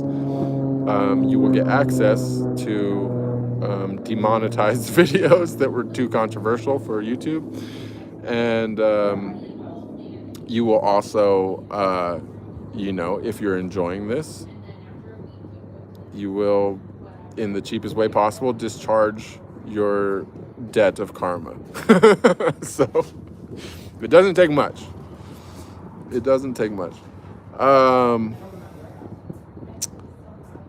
And then Noise, still talking to Vineful, says, what about those who do not have this awareness? Will they continue to be placed in hell? Can a person determine how many times the process happens to ensure he has a chance to go to heaven? Yeah, but it's not you. It's not your person. It's your higher self. So the question is not for Divineful. The question is not for me. The question is not for anybody. The question that you're asking right now, Noy, is a question for you. It's a question for you. This is something to pray on. Like, I always say that it's more important to meditate than to pray, because our higher selves are already hearing every thought in our head and every word out of our mouth. So technically every action or non-action that we make is a prayer of a sort. And I think of prayer as talking to your higher self versus I think of meditation as listening to your higher self. So, you know, if this is a major concern, then pray on it. But don't forget to meditate afterwards, because you got to listen for the answer. But it's you. It's you are deciding. You are deciding. In the same way that I sent myself a blunt when I wanted a blunt, you know what I'm saying? If you convince yourself truly and totally with absolute totality that you want some, you know what I'm saying, that you have some kind of opinion about this process that you're going through, you got to lodge that with yourself. You know, your higher self's going to understand it just as well as you understand it now inside yourself, but it's going to understand it side by side with all the lies that you don't yet remember. But eventually you will. And that's the really cool thing, is because that's what happens with enlightenment. That's what happens when you die. But with enlightenment, the cool thing is that you get to do that without dying. You know what I'm saying? You get to look at it all side by side while you're still alive. You know what I'm saying? And that's an important part of the process, because then we get to share that with other people who are still alive, with the other versions of ourselves that we don't have access to. You know what I'm saying? Because you're not going to get access, you know, maybe you can, like I had it for a moment, but it's like there's a big difference between accessing your own personal bloodline, your own personal ancestry, you know what I'm saying, and accessing the archives of the entire species as a whole for all time. You know what I'm saying? But all of these levels are there, but these are just, this is the ladder that you're climbing of awareness. So you're, right now, the ring of awareness that you're on is you learning yourself. You know what I'm saying? So rather than asking questions outwardly, ask the same questions, but ask them inwardly. Ask them over and over and over and over again. You know what I'm saying? Until you get an answer. Because your best teacher is going to come from outside. Like even me, like I'm not complete in my process. I mentioned this yesterday. I'm no master, I'm no guru. But I connected with my higher self, and that's my teacher. That's my master, that's my guru, right? And so I'm putting myself through the process as if I'm somebody else, because that's the way I look at it. That's the way I see it. I see myself as my higher self, and I see this as an avatar, and I'm putting this avatar through it, and I understand that, you know, within this avatar, I have a little ego demon thing attached to me, and I don't let it have too much say-so. I observe it as well. I learn what I can there, but, you know, ultimately I know whatever. And these streams and what I'm sharing with you all is just the information that I'm giving myself. Like, this is what I'm putting myself through. This is the process that I'm personally going through. I'm not telling anybody that they should or that they need to go through the same process. Like, I trust in the universe. I trust in the process. I understand that everybody will eventually find the awareness that they're looking for, no matter what I say or do. Now, the thing about awareness that's super important is that that's only just one, that's a small step to become aware. What's a bigger step, and this is going to be hard to grasp, but I really want you to listen to me. What's a bigger step than becoming aware is becoming aware that you're aware. And this is the difference between believing and knowing. You know what I'm saying? Once you can graduate from being, you know, first you want to graduate to being aware. That's like becoming a believer. That's, I think everybody here more or less is either there or on the verge of being there. Otherwise, why would you be committing all this time? Why would you be coming back to watch streams over and over again, hour after hour, the same guy talking who's in whatever disheveled condition? You know what I'm saying? Like, you're aware. There's something about this is ringing true to you. You can't get away from it. You know what I'm saying? Now, at the point that you become aware that you're aware, that's when your perception graduates from believing to knowing, and that's going to require something to happen, which is unbelievable. You know what I'm saying? You need your foundation shooken. And for you, Noi, I think that process that has already happened. You already, just in this short amount of time that you've been coming to these streams, a little over a year, I think that you have had an experience which can make you aware that you're aware. Now, the more that you're aware, and keep in mind, it also matters, this comes back to the addiction, comes back to the physical body, comes back to the emotional body. Everything needs to be flowing properly for you to stay in constant connection with your higher self so that you can have a constant flow of this information and guidance.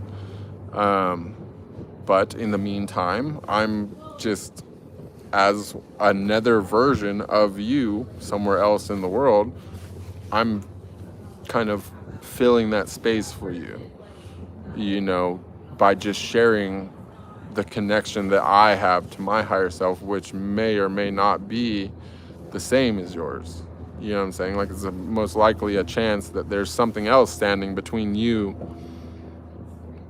and the ultimate than what stands between me and the ultimate. This is why we all have different paths, because we're all building our own characters. We're all building ourselves up, but this isn't it. It's the next step above is it. You know, it's just that it's really fun part of the game to realize that that's you while you're still here. Most people don't do it until, you know, their life's flashing before their eyes at the very end. So it's really cool that that's possible. But it's all part of the system, because, again, it's not just us, it's not just our process, it's us, it's our ancestors, our ancestry, our you know, that whole ancestral karma. And then there's the species karma, you know, and we're working off our karma on all those levels.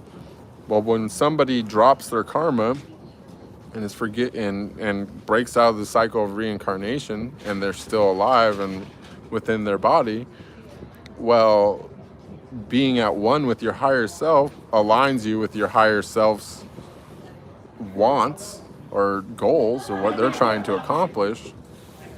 And in doing that, you naturally do what many people do, is you either go in deeper inward to continue refining yourself, or you go outward and you start helping other people refine themselves, because you realize that other people, again, are part of you at the highest level. So rather than, okay, I've already created my character, my higher self,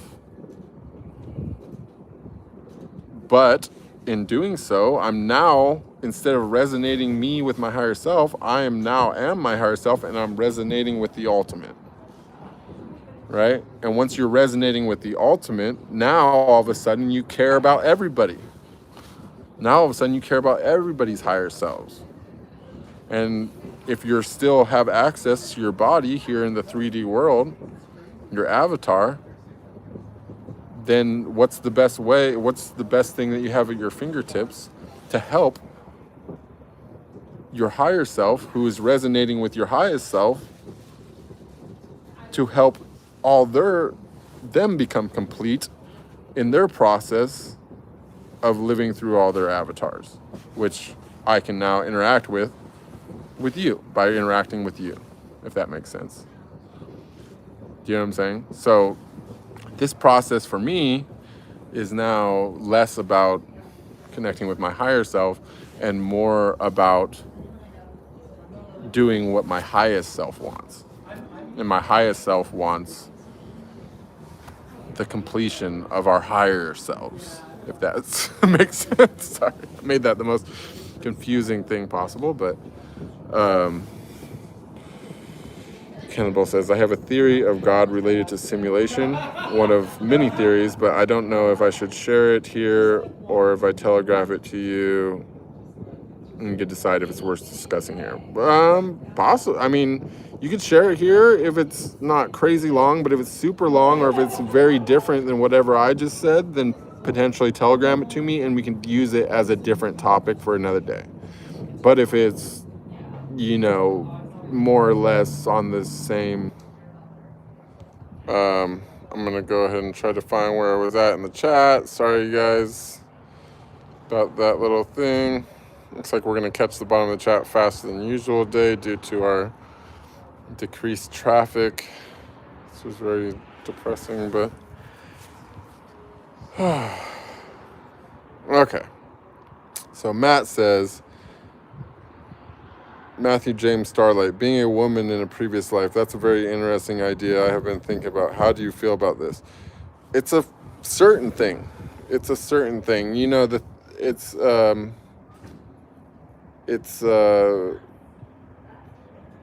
honestly, I really honestly think that there's probably more, levels between you and the ultimate than just you and your higher self. Like, I think that there's possibly at a masculine, feminine side of everything is like it's an important part of the lesson. So yeah, I think that for certain you have both experiences, and I also think that like, for example, like certain things like I'm not gonna say like the 10 Commandments, but there's just like that. There is a certain set of laws within this world where if you violate those laws, it basically guarantees that you will have that experience on the opposite side. Or in another lifetime, I should say. So this is why I think it's really, really, really important to be the best person that you can be, because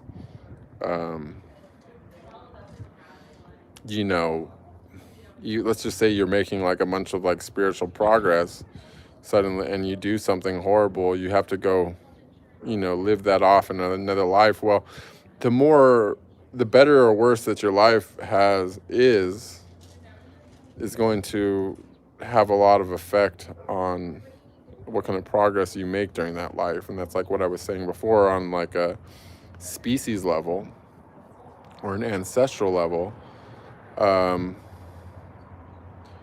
You're making the game either harder or easier on your future selves. This is also why like a lot of ascetic people don't procreate, because they're creating tremendous amount of karma by creating more lives. Not only are they creating a tremendous amount of karma by creating more lives, but they are also working against the release of karma, of their ancestral karma. Do you know what I'm saying? So,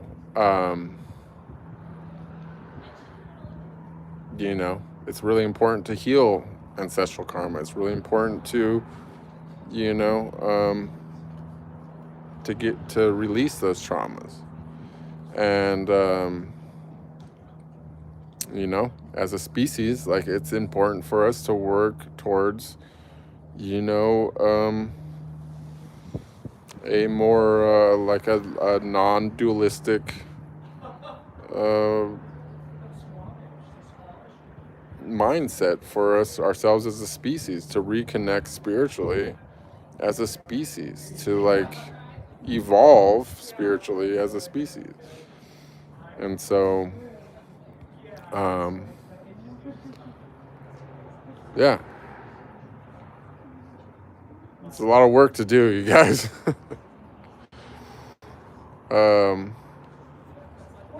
Magic says, after those experiences, do you think the realization in hindsight is still neuroplasticity or into access to the neocortex as you need it? Because I feel the same. That's a great question, Magic, and I've actually thought about that as well. Like, it's like I've often thought of like the download phenomenon. I've often wondered if that's just a result of increased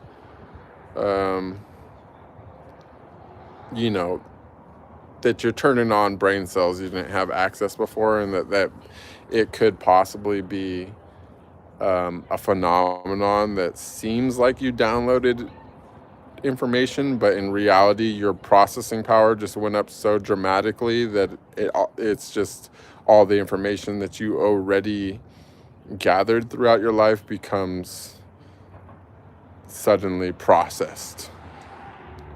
And that you know the answer to more things due to the same information. But I don't know the answer to that. I don't know that it's important to know the answer to that. Like, for me, it's like, it's interesting. Spiritual science is interesting, but it doesn't help us use those talents. It doesn't help us use those abilities, in my opinion. I mean, maybe to somebody it does. Like, I think Joe Dispenza's cool, but I've never had like a deep meditation because I was like, all right, let me go ahead and like slow down my brain waves. Maybe I can get into some gamma state right now. Like, oh yeah, gamma, here I go. It's not like that at all for me. You know what I'm saying? Like, I have to stop thinking. I start getting some breath going. Suddenly, like, my lungs dilate and expand. I start getting like a glowing feeling in my heart. Maybe I feel like a little bit invigorated down below as well. Start kicking some pelvic floor action into the mix.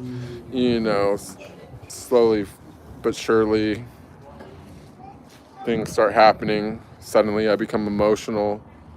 Using emotion and sensation, then I'm able to like expand and start feeling more emotion and sensation.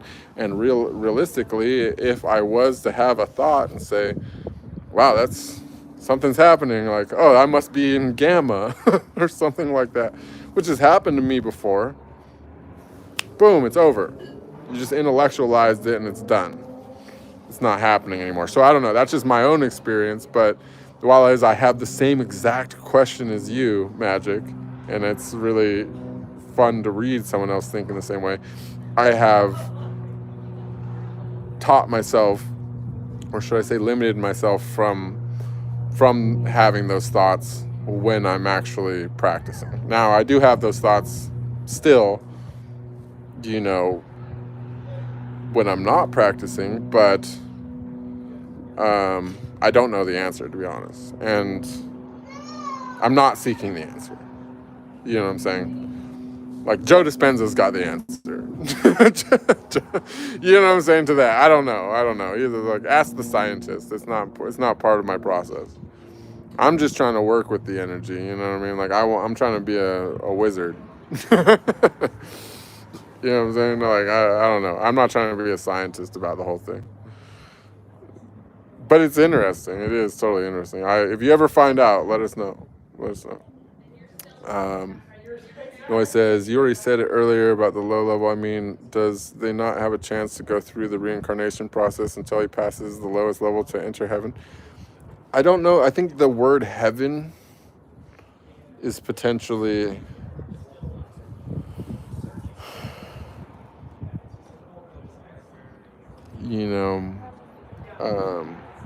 I don't know if it's the word I would use. I personally just think just think of it as another level. Whether or not it'll be heavenly, I don't know.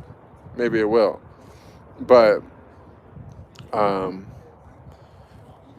think of it more along the lines of like a lucid dream. Imagine an ultimately lucid dream. That could be heavenly. You could make whatever amazing thing that you wanted to happen, but that's taking like a very mortal look at things. You know what I'm saying? You think of this life and its suffering and all that, and you're like, okay, I want the next dimension, everything to be heaven. You know what I mean? I want it to be full of bliss and amazing experiences. Well, if time existed, I'm sure that is you'd probably do that right away. Be in a rush for that. But since time doesn't exist in that dimension, you would imagine that if you did that all the time, how long would it remain as heaven before it became less relevant to you or less interesting to you? eventually you would, as Alan Watts has said, you would have every experience of every pleasure of all eternity, right? Eventually you would become more riskier. You would want to do something maybe a little less controlled, maybe something where you didn't have control, maybe something where you didn't know what was going to happen. You know what I'm saying? And so then what? Then what happens? What do you come up with next? Well, we already came up with this, so we don't need to do this again. So what do we come up with for our next lesson? I don't think our next lesson is about being in heaven. It's not about, maybe it is. Maybe it's about finding a higher level of pleasure, a higher level of bliss, a higher level of ecstasy. Who knows? I don't really know. But I just imagine that what we desire from our 3D mortal bodies is probably not going to be the same thing that's interesting and desirable to our immortal selves. You know?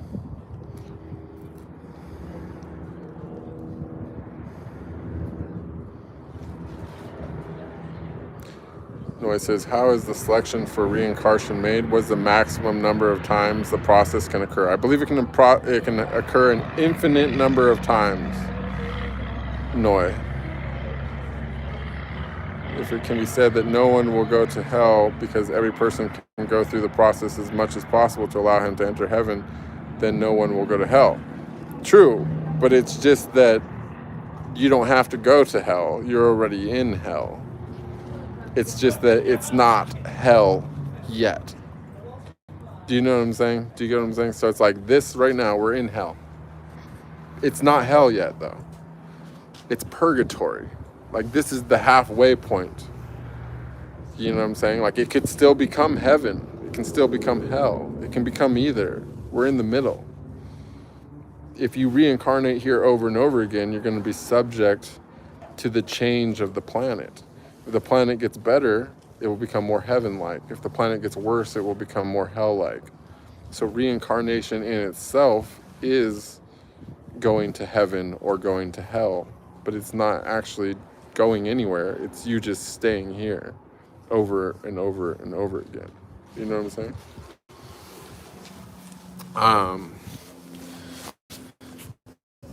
Cannonball says, I'm tempted to share a poem about reincarnation here to illuminate the subject. We'll see where the discussion goes before Bruce gets here, after he can decide not if I should go ahead. I'd say go for it. I'm probably going to call the stream pretty soon. And by the way, thank you so much, Starbucks Latte, for the donation. Much love. I'm just assuming it's Starbucks Latte because it became in Florence, but I think most likely I'm right on that. Anna, welcome. Yeah, we've been doing live broadcasting a lot. We were doing really good, but our stream yesterday got us de-trafficked, I guess.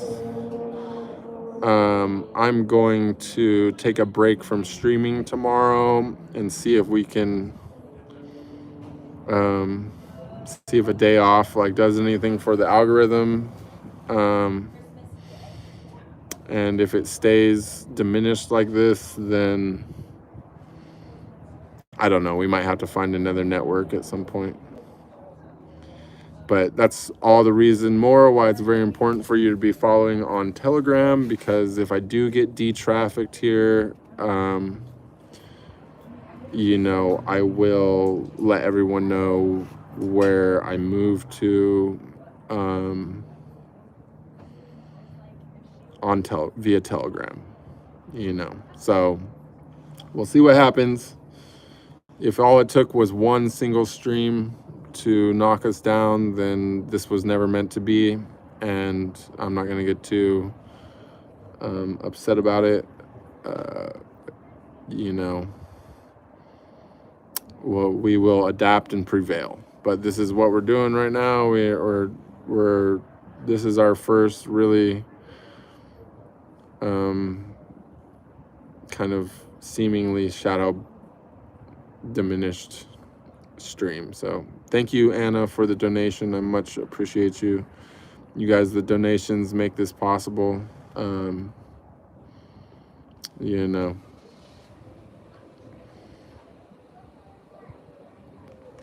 Yeah. Let's see. Oh, Ibrahim says, thank you, Bruce, for the explanation. Thanks also, Divine Flow. I know you were talking Divine Flow. I guess I was just like butting into your conversation there, Noi, but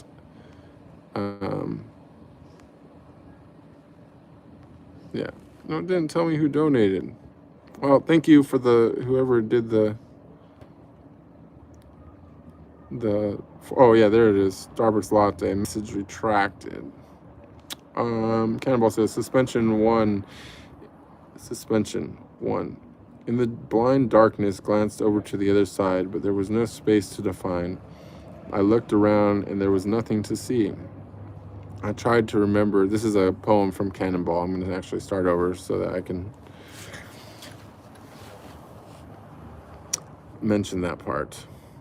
In the blind darkness, I glanced over to the other side, but there was no space to define. I looked around and there was nothing to see. I tried to remember and there was nothing to retrieve. I sought some idea and there was nothing to conceive. I wanted to strip away the mask of darkness, to reveal a God, an echo, a silence, was the only answer I ever got. In this intangible world, pictures from my past formed my only present. I relived every moment, both gruesome and delightful. I rejoiced once more in my cherished diversions. I floundered in my failures. I reveled in my triumphs all over again. I endured the passion of my pleasures and my trials. I was caught in the transit between the future and the past, suspended in time, unable to tell where I was and why. I wanted to make sense of it all, but I had no faculties of perception to rely on. I was not separate from what I was trying to decipher, yet I only had the defective insight of an outsider. There was no escape that I could descry, no words or my thoughts or feelings to describe. I do not remember for how long I was trapped in this wicked frame of mind. I could jump down from a mountain and not die. I could be invisible. I could fly. I could prevent the day from turning into night. And all this I could do without having a body to carry me through. I've revisited the landscapes of long lost, bygone days, the decisions I failed to make, the roads I dared not take, my excesses and my fears. I confronted every incomplete aspect and every ruined prospect of my being. I surveyed my assets and my defects. The self-knowledge I had gained, I distilled the essence of past experience, and I rewrote the tapestry of my fate. By and by, I embraced this dark descent into the unknown, while I heard reverberations of this sweet, soundless song of truth. I had lingered in this state of mystery, I know not for how long, when I felt an energy so familiar rising up from within my essence and girding me from without. I was an impartial cosmic warmth. In it, all the love I had ever known in purest form. I no longer sought a creator or a design that brings forth a myriad forms of a deep black void. Everything was all right. The universe was I, and then I was born. This looked very different here. It's supposed to be a poem, but it looks like, oh, sorry, that was the end. Honestly, it was an amazing poem, and I know exactly what you're saying. So, yes, indeed, it is that. I'm very, very, very, very, that was my favorite poem yet, honestly. It was so good.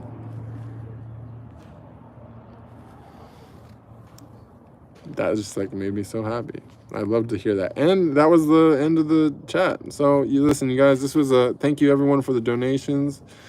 You know, don't forget to become a member.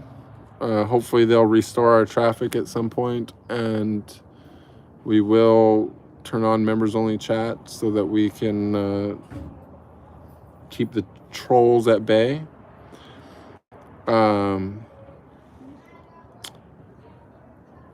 and so that you can watch yesterday's stream, which was apparently just so controversial that yeah, we're having our first hiccup here on YouTube. I don't know what else to say, you guys. We can call it no, leave it. It's great. It's amazing. Honestly, if you could join our group discussion on Telegram, I don't know if that's interesting to you, and post it there for the rest of the group that didn't get to make it. Honestly, I think that was a really insightful piece of work, and that a lot of people could actually benefit from it. No, we appreciate you, as it's sometimes it worked out good. Today is obviously our comment section's a little quiet, but it's, you know, it's hopefully going to be temporarily like that. Otherwise, this project will be coming to an end soon.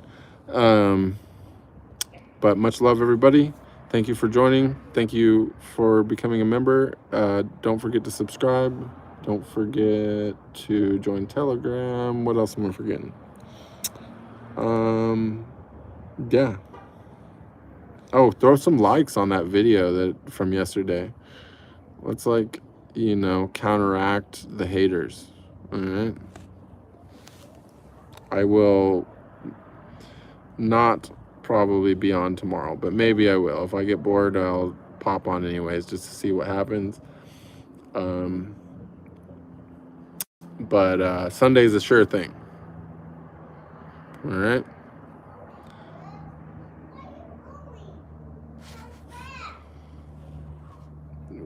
Why don't you, how do we give away? Do you get to pick who gets them? Kelly needs one. I don't know if there's enough people here for you to give them. Bobby needs one. Bobby's been a regular.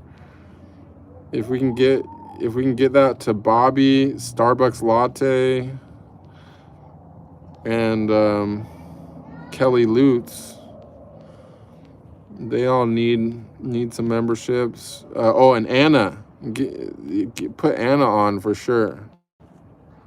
I don't know if you get to pick who it is, but that's my thing. If we can get all of them. Oh, Bobby's already a member. Definitely Anna. Definitely Starbucks latte. And Kelly's new, but she's here.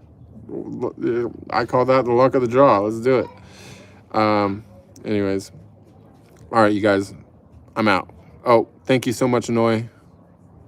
Oh, Starbucks is a member too. Okay. Well, I guess we don't even have enough people here to take all your memberships this time, Anna. I don't know. It's a really sad situation. I honestly wasn't expecting it to be this bad. I really thought that it was just going to be like, you know, I thought demonetization was like the worst thing they could do. I didn't really think that they would de-traffic us, but I guess it is what it is. Anyways, I love you guys. I'll see you on Sunday. Peace.